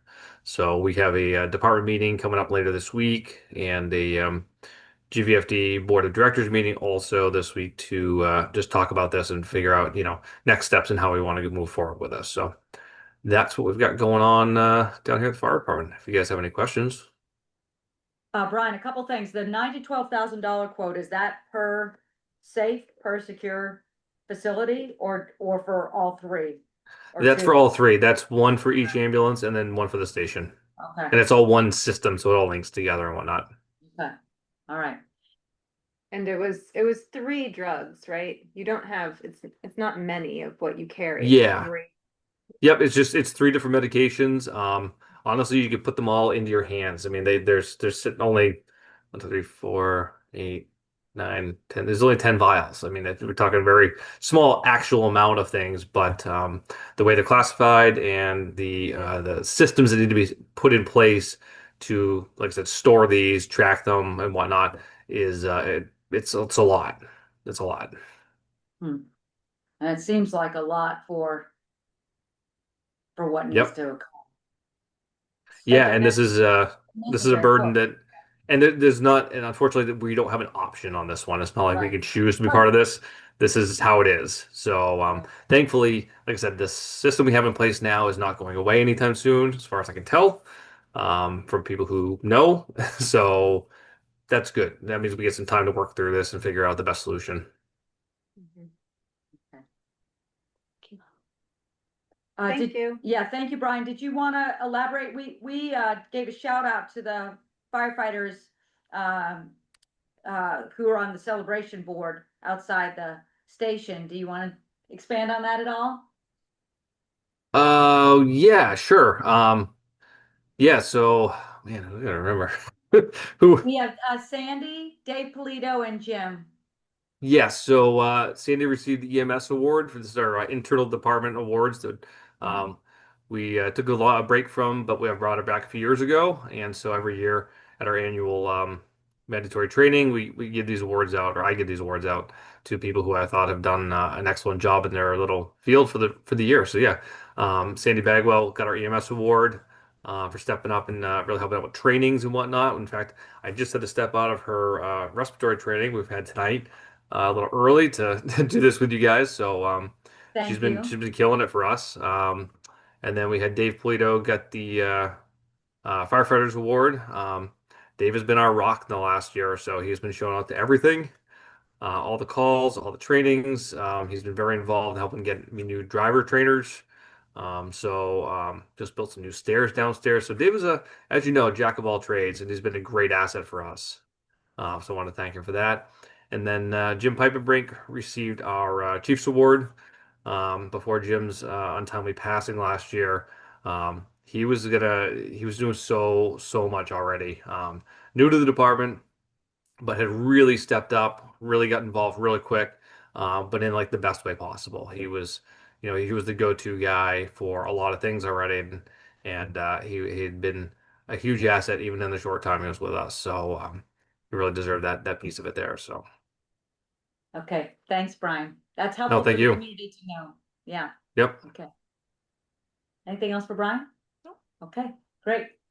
Thanks. Have fun at the rest of the training. Thank you again. All right, so we'll move on to old business. We have it as noted on the agenda. We don't really have any action. We've heard about it a couple of different ways. I appreciate that both Katie and Brian talked about that tonight, the EMS billing.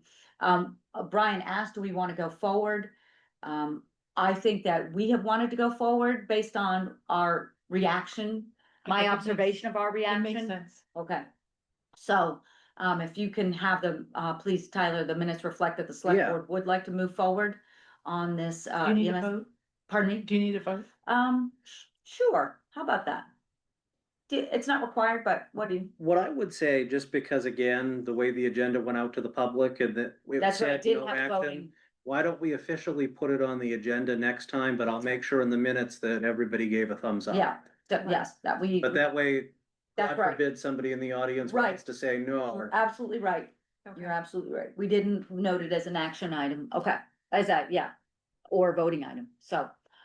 All right, and then, the energy audit update, I just yeah, wanted to share Kelly Frederick was supposed to be in on Thursday. They had to reschedule, time TBD, so okay, eventually this ship is gonna leave port, but I do think it'd be good to get some good numbers.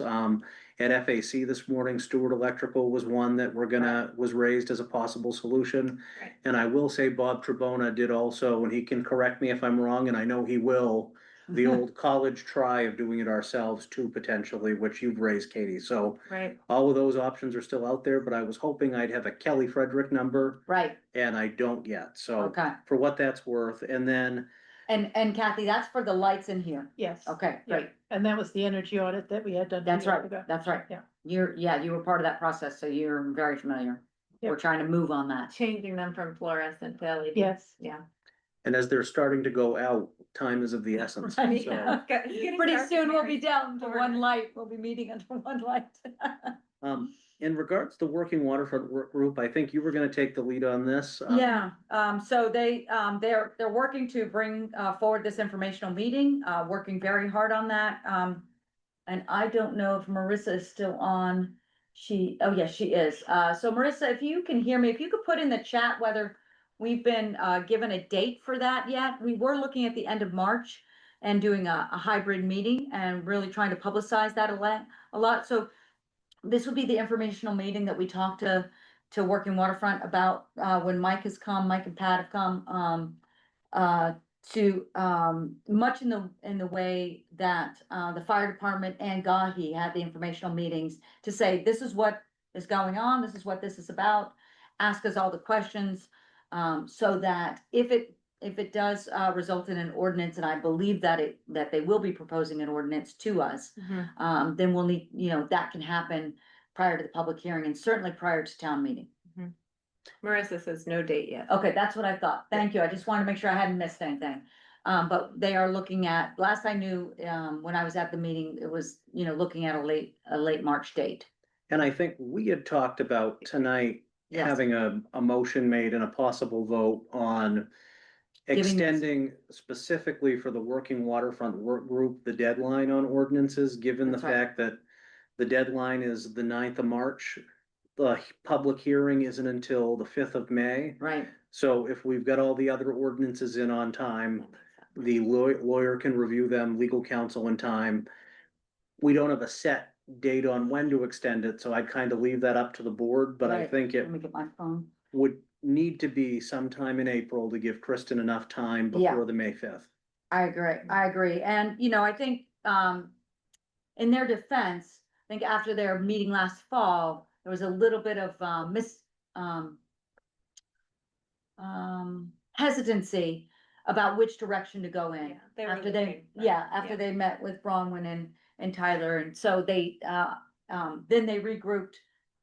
Things, it seems, fairly clear what the direction's going to be. Mhm. And as you know, Katie, we've talked to them about, here's what we think would be helpful to this process, not unlike what's happening with the short-term rentals. Right. You know, we're gathering information. Yeah, educating the public is That's really right. important before getting into town meeting. That's right. On some of these things. Yeah, Yep. Yeah.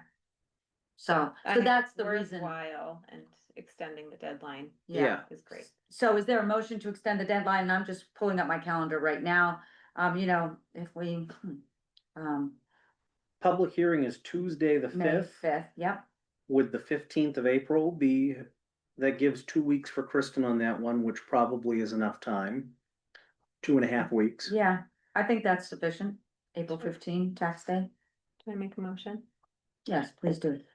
I'll make a motion to extend the working waterfront ordinance deadline to April 15th. Second. All right, All those in favor? and that is unanimous 3-0. Thank you. So we're able to make a motion on that, but not the others? Where it said specifically no action expected, Okay. I just, technically anything before the board, you can make a motion at any time, but if we advertise we're not gonna do something, Okay, it's, got it. Misleading. Yeah. It's a good question, though. People may have had that question. so. absolutely. Okay. And while we were talking about public hearing, let's just put, just remind folks that the public hearing on any of these ordinances will occur on May 5, at 7 o'clock, is that correct? Yep, the public hearing to review any ordinances is May 5. We actually haven't set the time yet, but Right. 7 is typically when we do. That's, yeah, The school budget hearing is anticipated for May 13th, and the town budget hearing would be May 14th.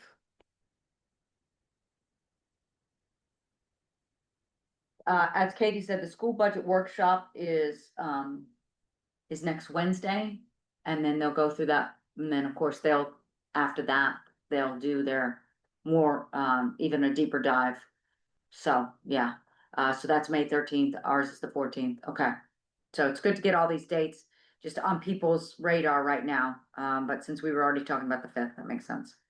Okay, All right, the next, after that, we'd be into new business, and there's a discussion of setting select board liaisons. yes, And what I was thinking is we'd just go down through and like we did back in June, and go from there. okay, One thing that's not on there, Aria mentioned earlier in her update, is the county yeah. budget. It's not a town committee, but I do, Oh. yeah, so that's probably, it's not gonna be on there, but I did wanna make y'all, yeah, I mean, it, it is something that I'm going to and coming back and giving you information. Like our FAC and like, I don't know if there's another committee that doesn't meet, it's doesn't meet all year long. So, meaning it's not meeting every month on a Mhm. regular basis, but it is meeting during this budget season and it'll Yeah, go through May. right. And Lisa, we did not skip that portion of the agenda. We're not there yet. It's under What's new that? business. She flagged that we'd missed the citizen petition, so Oh, no. sorry for interrupting. No, that's okay. It's 2 items Threw away. away, yeah. So yes, we are, so go ahead and let's do the list. And I just also note for the county piece, just as Aria is representing all but 4 towns in Saginaw County. Bowden and Topsom are one district, Bath and Bowdenham are the other. Mm. And that's why Georgetown historically has not had a municipal officer in that role, because other towns jump at it, Well, so. which is in the mix with Yeah. ours? Wow. And Phippsburg and Arousick and Swan Island, but I digress. No one lives there. Nobody else from the district That wanted to bad? do it. Thank you, So, Aria. no, it's okay, but obviously it's good for us to have representation, Bingo. so I'm Yeah. making the time to do it. Good. Bingo. For the long game, so, Mhm. but, yeah, so. So Okay. what were we thinking of the personnel liaison that currently has been Aria? I'm gonna keep that, but as, we've talked about in a couple of meetings, and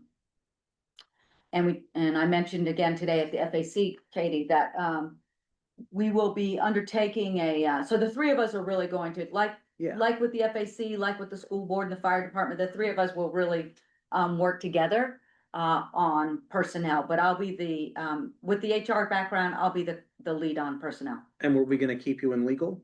Yes, All right. And I'm assuming that Katie was hoping to stay with the volunteer fire department? yes. All right. Pretty soon I'm gonna start making assumptions, because I've been on the money for 3 of them. Board of Appeals, I'm gonna keep that. all right. Cemetery District Trustees, Me, all right. Katie, Conservation Commission, I would do that. and Financial Advisory Committee is kind of all 3.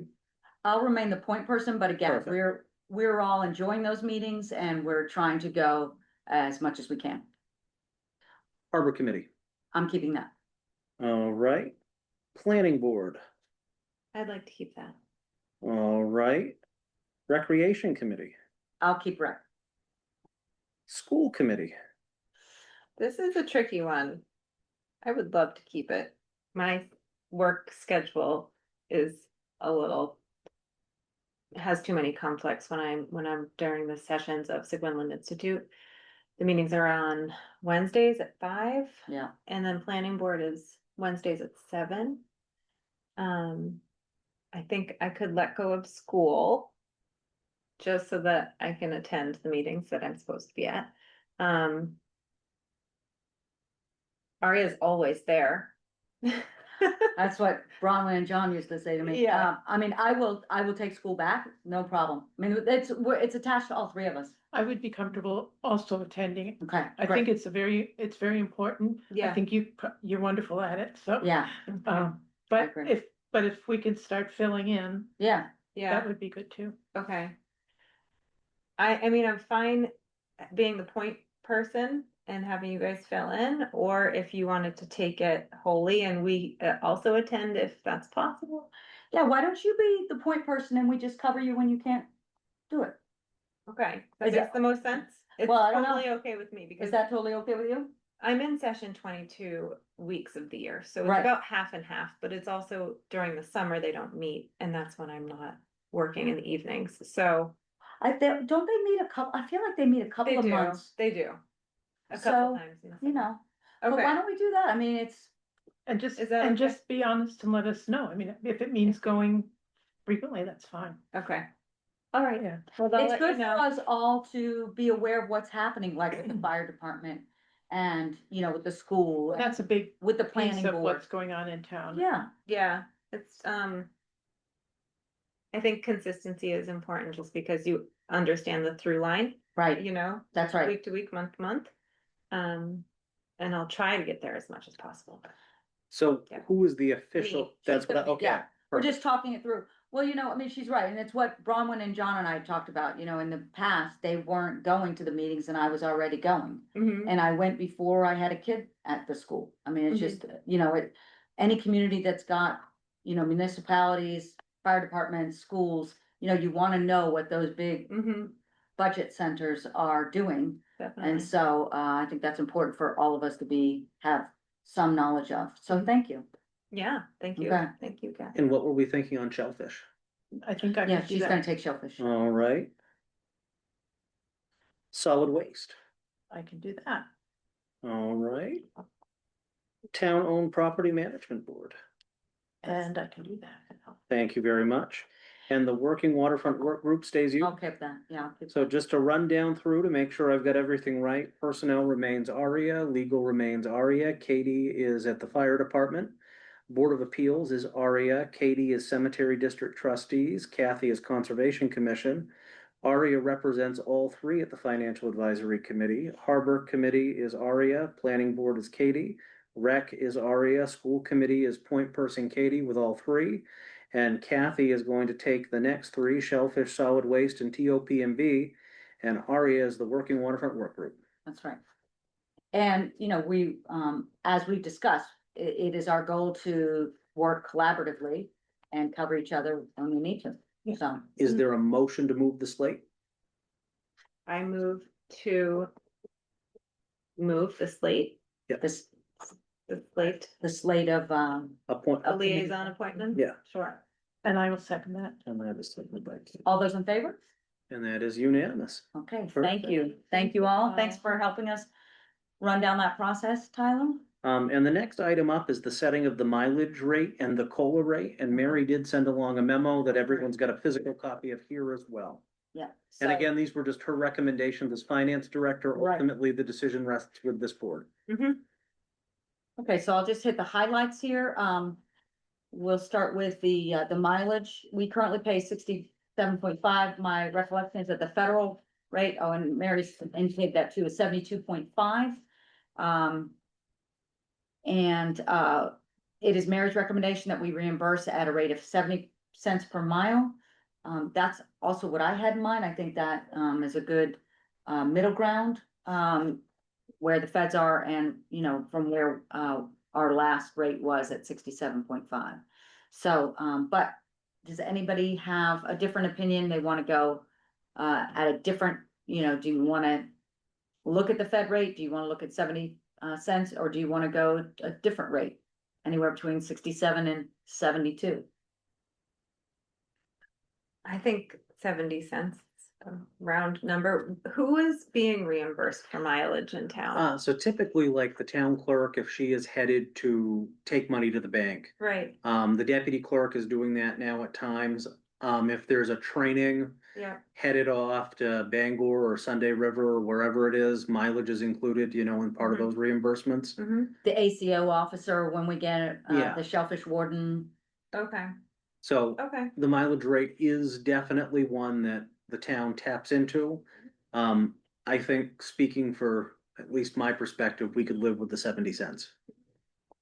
I move that we accept the mileage rate, adopt the mileage rate of 70 cents per mile for the coming year. I'll second that. All those in favor? All right. And that is unanimous. Okay, so the federal COLA and what the Social Security Administration has listed as its COLA is 2.8. And there's, Mary has listed that COLA as well, that COLA number. As well, the CPU is 2.7, and in the Northeast, the CPI is 3.3. And that's, Mary has referenced those numbers here. She's indicated we've increased wages across the department side by 2%. Was this up on this document? Do I need to read this? This was not up. Okay, and the COLA was 2.5 last year, okay? Fire department, which was in the second year of a planned increase to $20. The $20 is their baseline. Y'all may recall that from prior meetings or listening in on prior meetings. And there are additional monetary steps for additional training and an adjustment for the town administrator. So it's Mary's recommendation to use a straight 3% COLA, as you can see, across all departments for all salaried employees. And so is there a discussion about that? Now, of course, we're aware that Chief Whalen has requested a 5%. We talked about that specifically at the FAC. And so there was some discussion about that and whether the FAC was aware of that request and whether that had been discussed. And my understanding, and Kathy, correct me if I'm wrong, was that that they were aware of that and had discussed the difference in their recommendation and Mary's recommendation from 3 to 5%. I think they had discussed it, Okay. but I don't know. I don't Right. remember How, I mean, Right, what they had decided. right, Mm. okay. The But FAC didn't have a recommendation. I think that, again, you were there too, sorry. FAC at this stage I think- has left the COLA and mileage rate specifically to the select board. Yeah. The They, number they've been working with, I think, is through the 3%. right, there's been a placeholder in. Mm-hmm. I would say that ultimately, with it being the select board's decision, they weren't even gonna make a recommendation on that front. As the budgets are coming in, they're still in the information gathering stage. They'll, in the next couple of weeks, be shifting more into the deliberations on what their recommendations are on budgets. But with this being a select board decision, they've kind of left it largely blank because they want to make sure that whatever you guys decide is what they're going with. Okay. So this would be to be included in, this is a budget fiscal year, next year. yeah. For fiscal year 27, so starting July 1. And the COLA that is within this fiscal year budget is the 2.5. And it might be worth just pointing out a couple of the other key pieces that Mary had here, because Yes. there was COLA was her recommendation of 3% for all departments, for all salaried employees, including the fire chief. She noted that this was not based on a merit increase, Right, that the select board could go down that road as well as if you guys chose and wouldn't have to be tonight. She further recommends that the transfer station staff be adjusted as follows. The manager from 2754 to 2835. The second in line from 2244 to 2550. The third from 2440 to 22, and the substitutes from 2440 to 21. It gets them closer to where she feels the wage should be, but it wouldn't be that plus COLA. It would be, these are where those rates are. She also recommends that the harbor master, their deputy, the shellfish warden, their deputy, and the animal control officer be moved up from $22.95 to $25. And she notes that the fire chief would like to increase the wage line in the fire department budget by 5%. Mary could not support this request as she's seen the wages go from $14.63 and $23.24 to $20 and $25.26, and feels that that increase that we went through over that 2-year plan any further could wait till next year. Again, her recommendation. And she also was piggybacking, I think, on some of what you were talking about earlier, Aria, about getting together a salary work group that can have good recommendations on everything by next budget season, recognizing that. right. I had talked about how how it would be important for the three of us, to, develop a plan. And, I think, I don't know how realistic it is as we close out this fiscal year by June, 1 to implement that plan, but we could certainly develop a plan Right. to get all of the town employees, on a schedule for, performance reviews. We have some, HR professionals here in town that can also assist with that have already, I think, would be willing to do that, and I think we, should make that a priority. But that would figure into that and, going, And she does recommend too, that group have a discussion at some point about retirement. Right. For town office employees, it's social security and that's it right now. yes, And we don't offer retirement in other positions either, so at some point. Even at the very least, even if the town doesn't move in a direction, at least turn over the stone and have the conversation versus it being one that's a couple years out. yeah, I mean, we could certainly approach, some of the brokers like Cross, who service municipalities, Right. small businesses. So I'm happy to, I was seeing that too, the retirement. But I just figured throwing in those other pieces because COLA was specific to some and then like transfer station had specific Right, dollar amount recommendations. right. So in the long term, we need to be thinking about a personnel administration committee. We do, and there's not a whole lot, in that, work, and I remember that Bronwyn kept personnel in order to Yes, go down that road because I think we've all recognized it's a deficit, and we really need to come up to the times. From an HR perspective, it's, completely inconsistent with industry standards. We need to come up to industry standards.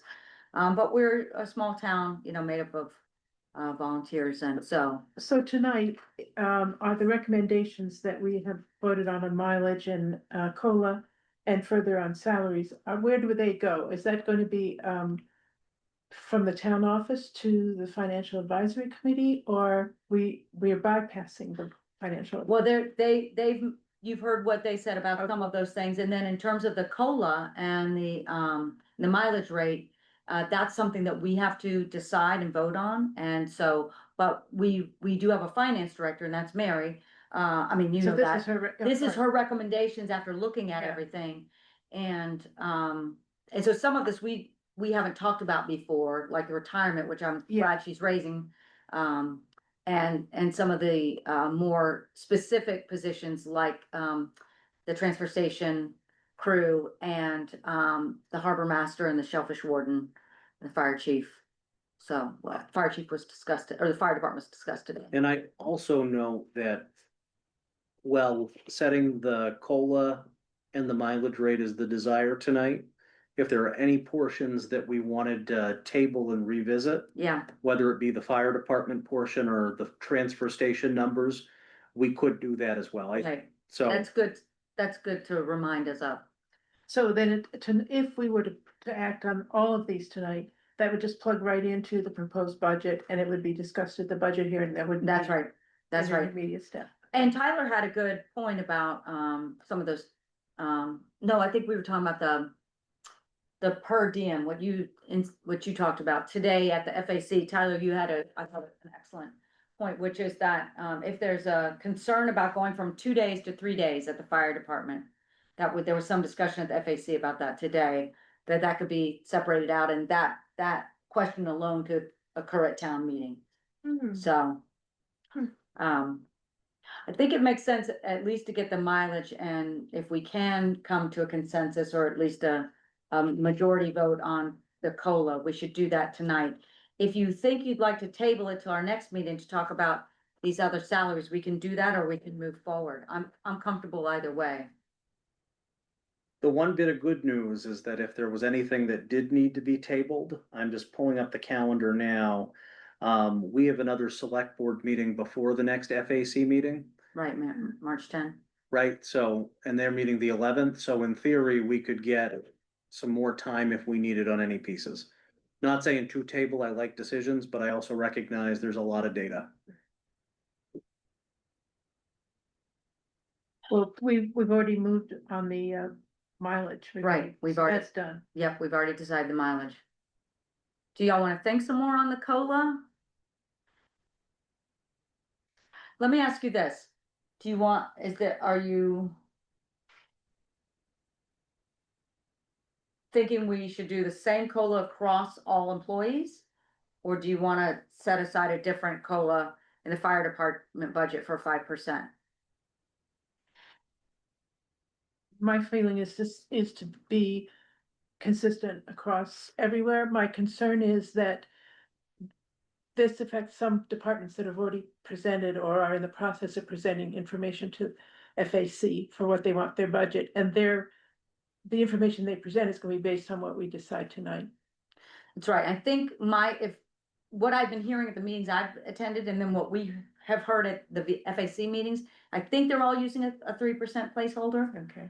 I don't think anyone's using, 2.5 or a 5%. But I could be wrong, but that's what I'm hearing, so, Then I'm fine. I mean, I think we should go ahead and. But And ultimately, just- salaries and benefits are a prerogative of the select board. Okay. While I value everything the Shellfish Committee has to say, they don't get to set what John Hence's stipend would be in that situation, or the Right. hourly rate. that's That's, the employer, so, which Okay. is why. well, I hear your concerns. I'm just saying you Yeah. can punt those to the side a little bit. Thank you. I'm sure I would not have these concerns, except that I'm just beginning. It's good. No, it's good for us to have this discussion, so that's great. You're awesome. I think so. And the other thing that, you made me think of, Kathy, was, what Tyler was just saying about salary and benefits. That's why I think it's important as the employer here that we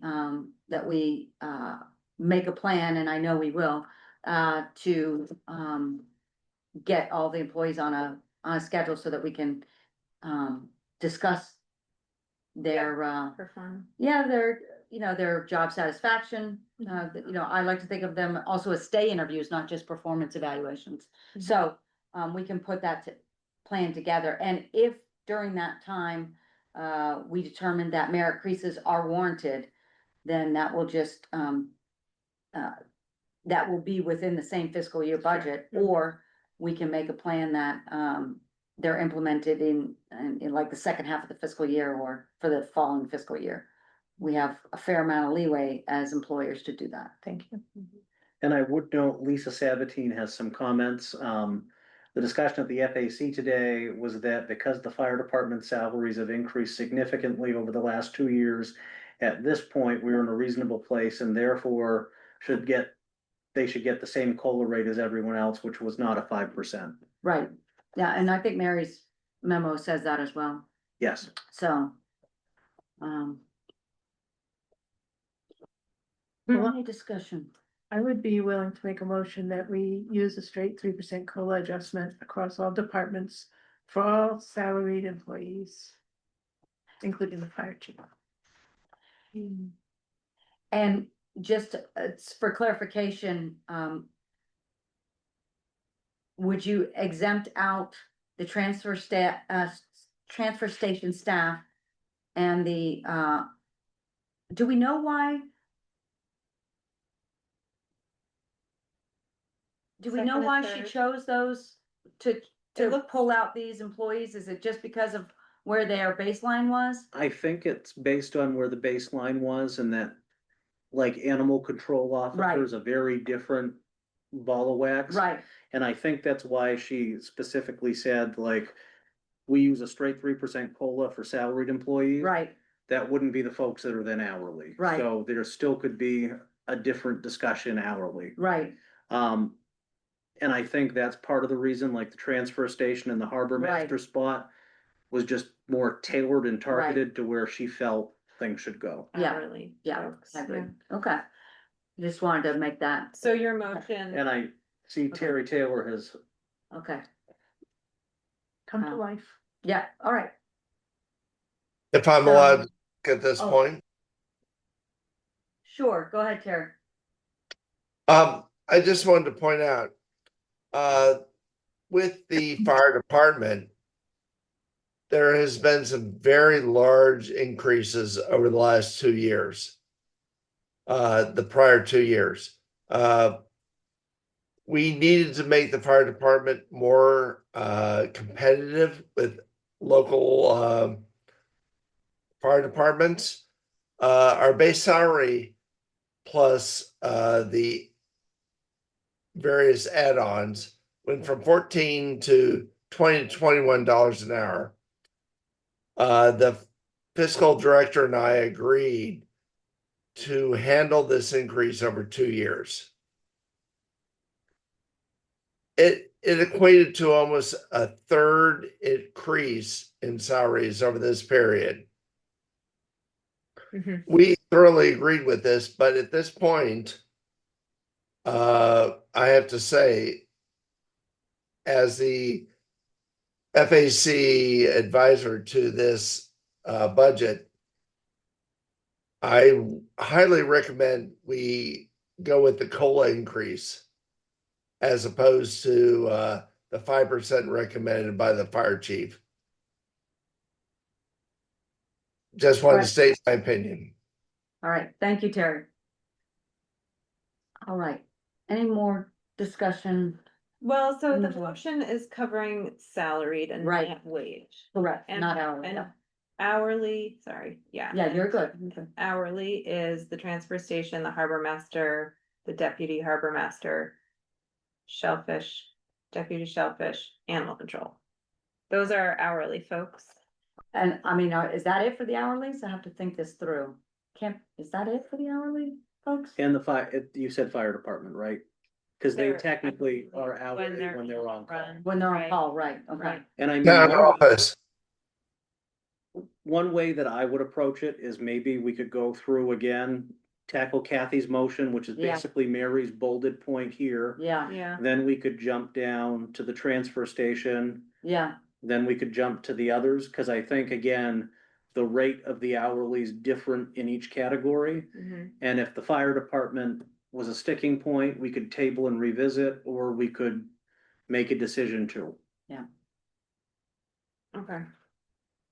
I would second the motion made by Kathy.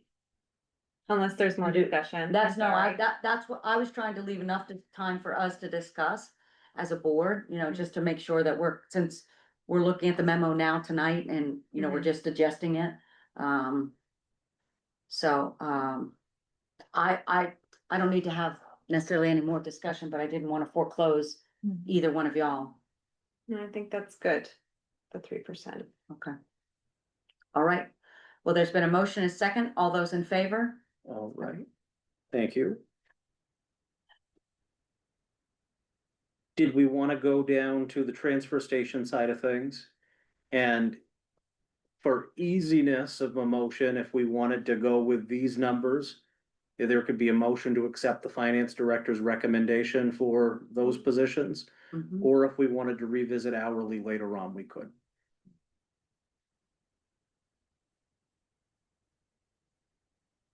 How are y'all feeling about it? Well, this came at like, I didn't see I this until agree. like 4 Yeah. o'clock today. So I'm gonna, And so I just have a lot of questions. Yeah, I I think- feel like we should do a little due diligence. I agree. and Come back to the Yeah. table. Because, the statement, this gets the wage closer to where they should be. I just don't know where they should be. Right. This is Right. new to me. yeah, Mhm. so I think, feel Table it. somebody, so I'm hearing a motion to table, the hourly, employees identified here, the transfer station folks, harbor master, shellfish warden, and their deputies and the ACO officer, until our next meeting. That's the motion I'm hearing from Katie. Mm-hmm. And the fire department. And the fire Fire department, department, yeah. not, Excluding the chief. that's right, excluding the chief who is salaried. Yeah. Is that- Hourly, Yeah. hourly Georgetown folks. And Yes. you've moved. I make that motion. I'll second it. All Okay. right. All those in favor? I agree with you. I think, that's why I was trying to, give us some time because Mhm. it's not good to have to And- do this, And we can when it's ask done. Mary if she can come. I think she'd love to spend my birthday with us all. So, Win a cake. yeah, I so think I'll so. see if we can get Mary. Okay, that's great. But our next meeting is on your birthday. Yes. It is. So we have What kind something of to cake do celebrate. you like? Yes. We don't need to say in front of all the towns. I'll be the whale at Reed State Park. So that tackles the mileage and COLA rate discussion. I know that there wanted to be a discussion and possible action regarding the citizens petition we've received. Yes, so, yeah, so Tyler, you have, I think, if I recall correctly, you indicated to us that the signatures have been, verified by Angie. Yes. Okay, and so now the next step ordinarily in this process would be what, from your perspective? From the next step, I would recommend that the board send this on to legal counsel just for further review on whatever the next steps are. Make sure again, our Ts are crossed, Is are dotted. Yeah. I would say that this, from my perspective, has met the muster of what statute is. It exceeded the number of gubernatorial voters. There was a clear warrant article desire. So I think the board will be able to work with Kristen on what that language should Sure. be. Yep. Some options that could happen is a warrant article on the floor of town meeting, again, after we talk with Kristen, hearings, et cetera. And the townspeople can have a great debate over the size of the select board and whatever the final answer is. Another option that folks could do, the select board, if you chose, would be to send it out to the voters. We do in June have a select board member, a whole host of town officers that'll be elected that are technically warrant articles. I know that in the town of Harpswell where I live, they've had a couple of controversial items that have actually made town meeting exceed the capacity of what the building's allowed for. And so they've sent items out to voters. So I think Kristen will be able to advise us on what some of our next options would be. Sure, But I think it's important to go before legal counsel. yeah, okay. I mean, and we've done that with ordinances, and I recall in other meetings having to do that, and that makes sense, particularly given such a, important issue. So, all right, so please do that, Absolutely. and. And we'll CC you as legal liaison. Yes, please do. And then, yes, so we've got some committee vacancies. So just a quick update on board and committee vacancies. The Board of Appeals technically has one full member that's vacant. I would say that their newly elected chair is actually an alternate. Yep. So we should move Scott Weller up at our next meeting. Yes, And then we'd be able to advertise that we have one alternate position on the Board of Appeals, because he'd be vacating that. The Conservation Commission lost a longtime member when she was elected to the Select Board and took an oath of office. So we need a new Conservation Commission member. The Financial Advisory Committee was amended to allow for 2 alternates earlier this year. We still have 1 open alternate spot. The Harbor Committee has 2 open alternates, and the Planning Board currently has 1 alternate. okay, that's right, all right. And, I wanna just address on the planning board, and how these vacancies work. So our last meeting, I referenced the planning board change David Trigg, who was the alternate with seniority to move forward to the full voting member, graciously indicated that he would step aside and have Rufus Brown take that spot, and David would stay on as the alternate. And so I didn't make that clear in our last meeting, but that is the process that typically happens. Is we'll look at this in the senior alternate and move them up. But in this instance, David made the decision not to do that, and we appreciate that. But we, as you can see, we have we appreciate, you know, his collaboration with Rufus and the rest of the planning board to do that. As you can see, we have several vacancies. So once again, we'll, you know, we want to make sure that we have community members that are interested in serving in these positions, especially conservation, because that is a full member. And of course, getting Scott Weller on our next agenda, given his leadership position now for BOA. Any questions that y'all have? And, you know, one of the things that I think the volunteer application was recently updated, wasn't it? Yes, Okay, great. and that is on the website. But the employment application is Needs- something we wanted to take a look at, that I also have on our docket for personnel review. So, okay, great. Well, that's something to look at. And if there are names that y'all have in mind for any of these vacancies, please encourage them to apply and just get their information to Tyler. Same with folks who are joining us by Zoom. We'd appreciate that. And It's great to have a cross-section of folks, to get as many different people engaged in our community governance and our committee work. While many of these are appointed, some of our committees are elected, but most of them are appointed. So it's important that we really do some recruitment here. Go ahead, Tyler. And I would just add that in the event that we have 4 people that want to serve on the Conservation Commission, because there were such big shoes to fill, at that point, typically the personnel liaison would have a, Jessica's great. I appreciate that, Jess. Typically there'd be an interview process that would then be done to have a meeting with folks, gauge their interest. There were a couple of times with Bronwyn where we had a couple of folks that were interested and then a recommendation comes forward. Other times, it's usually just one person who says, I really want to get on solid waste, and it moves forward. So That's just right. for what that's worth. Yeah. Okay, great. And now items for signature. We need to go, I don't think we have So, any items for signature. We Okay. did add an agenda item briefly yes, we to did. talk Thank about you. Rouseck, and I would just note to Terry Taylor that we did talk about the citizens petition, and it is headed to legal counsel. Okay, yes, the item we added was joining forces with the Rouseck on the letter to MDOT, or no, for the grant. Which I think Jess is still may be with us, and it might be appropriate to have her hop on, because frankly, I don't know much about this grant. Sure, so And I just would state, if we have to get DOT in as a partner, and DOT has some resistance, I just want us to manage expectations that absolutely, we will do our best, we, but but we can lead the horse to water. Yeah, I was gonna ask Jess to weigh in, as public comment, started off with public comment to address that. Thank you for reminding me about that. I know it's been a long night. So, Jess, if you're still on, if you could, yes, there you are. I am. Thank you. If Marissa so could talk about the, we're in Marissa public could talk- comment. Okay, go ahead. if Marissa could talk about the grant, I think she knows more about that than I do.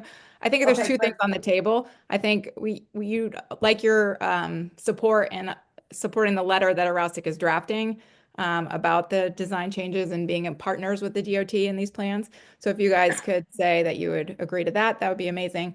And then Marissa can talk more about the Thank grant. you. Yeah, I think the grant piece is a little tricky. Yeah, there's still like several moving parts in terms of figuring out that if we're eligible and getting Maine DOT on board. It would, I mean, it's required for the grant that they're a partner. So a lot of moving parts with that. But it's a Maine Coastal Program grant. It's up to $100,000. They're specific for like planning prior to implementation for any type of project that has any sort of like restoration type component to it. And so for this in particular, you know, the impact of salt marsh is definitely going to be a big factor of the design. And so I think it would just allow for a little additional planning and potential modeling that could occur to make sure that, you know, whatever ends up actually happening in 2029 is going to be resilient and, you know, not something that has to be replaced 10 years later. So yeah, so I think it's hard to say. I think just because it's not like we have everything lined up for the grant and you could, you know, say, yes, we want to be a part of it because there's still so many moving pieces. And then of course the grant deadline is March 6th. So, and you don't have another meeting before then. So I'm not entirely sure what the best way forward is with that. But yeah. Okay, so do we, Marissa, can you give us the name of the point person in Arousig? That, or I mean, Yeah, that- so oh, yeah. At Maine Claire Coastal? Enterline has really been the person who's been organizing a lot of this, and I can send her email. And I did just send Tyler all the documents that I have, which includes the plan from Maine DOT, the original letter that Arousig sent to Maine DOT expressing concerns, the response from DOT, the grant information. So there's all that's in an email, and I can also put you all directly in touch with Claire if that's. And is my understanding, Marissa or Jess, that there's another letter that Arousig is doing, and is there a rough draft of that someone could send along? Because I think we'd want to mirror whatever our language is. Yes, I sent that as well. Perfect. I think Yeah. I've got a copy of it. So Tyler, I just want to be clear, and I think none of us is expecting that we will definitely be able to pull this off by March 6th. But feel free to, let's try. And we can also pull off a letter saying, hey, let's work Right. together That's and right. be neighboring stakeholders. Right. That's very achievable. That's It's just- achievable. It's just whether we can get in under this grant. But again, I appreciate Marissa, you bringing that to our attention. So we can certainly see if it's possible to get in the work by March Absolutely. 6th. But, you know, don't feel under the gun necessarily to do that. It's just if it's I just have experience navigating with the state on grants. I know. Times my hopes get dashed, but a letter we can definitely deliver Right. on easily. And I Okay. think looping in Senator Tepler, Representative Hepler, yeah, if we loop them in, it ends up on someone's desk versus a few desks below. right. Do we need to make some kind of motion that we agree to pursue this and that we authorize Tyler to write a letter or you to, I mean, I don't know how you usually do this. I don't know that we need a motion. Okay, good. I think we're all agreeing that we should try to do it. There are things that we need a motion, but I don't think this would be Marissa one. just mentioned that we aren't going to be meeting again before the deadline. Is there That's any right. reason why we need to do something tonight because of that? What I would say is that if we want, Good question. at the organizational meeting, we do give the board permission to sign things outside of a meeting. So I think as long as there was consensus, which I think there is, that Tyler's gonna draft this letter, it's gonna be a great Wednesday project. I'm excited on that front. I think we can easily then connect, send it out, make sure folks are comfortable with language, arrange a time to have it signed and scanned off to go in with the Arousig folks. Yeah, If at the organizational meeting in June, we decided not to allow for the signing of things outside of a meeting, then we definitely need to specifically authorize. Okay, good. I don't anticipate that we will do that because it No. holds up business. And then we'd have to sign all the warrants at a meeting At a- versus yeah. at our leisure. Yeah. Take a while. So we're good. We're good, but good question. And Jess, are you available tomorrow, and Marissa, if I have to make any phone calls with questions? Yes. Perfect. Yeah. Thank you. Okay, and we're still in public comment, and thank you for sticking with us. Is there any public comment? Okay, Jess. I'm rather new to the petition. The first time I had heard about it was at candidates night. And I am all about bigger government. I think our House of Representatives should be much bigger, representing our great United States. But I'm very concerned about the strain it might take on our town. I know we have all these open positions and whatnot, and I'm just curious about the research that's gone into this, like in terms of strain on the town office, benefits for the select board, like all that kind of stuff. I'm just curious if there's been any research into other towns that are doing some similar model. Just curious. I don't, to answer your question, I don't know, because this petition happened outside of the select board. And so, that's nothing official that it's been brought to our attention. So, I don't think But- this is there anymore. but there will be time just to gather that information. Certainly, after we hear back from legal, we will be asking for that information and get into more of the specifics about implementing this. Thank you. Sure. And you know, one of the things that was brought up, we were there today, actually, the three of us were there today, this discussion about the AOS. One of the things that was brought up was there should be a town committee to look at that. Well, you brought it up tonight too. This would be the kind of thing that, you know, also there should be Yep. a town committee to look at. I mean, if you think about the short-term rental, you know, there was a survey about that to see if the town was interested in that. And then the planning board has spent a lot of time thinking about that. So this is also an area where there could be a town committee to talk about this issue, but let's see, let's have it come out of legal and then, take it forward from there. Tyler will let us know what Yeah. comes out of, Yeah. the Collins office. Mm-hmm. Okay. Yeah, great. Thank you, Respect. Jess. All right, is there any more public comment? All right, seeing that, we do not have any reason to be in executive session tonight. Is there a motion to adjourn? One thing I'd Oh, yeah, note go ahead. before we do, we have an abatement denial to sign. Yes, That's the only item, and some financials to sign, but other than that, we're good to go. great, thank you. Is there a motion to adjourn? I move to adjourn at 9:17. And I second it. All right, all those in favor? Perfect. Unanimous, we adjourn at 9:17. Thanks, everyone. Have a good evening.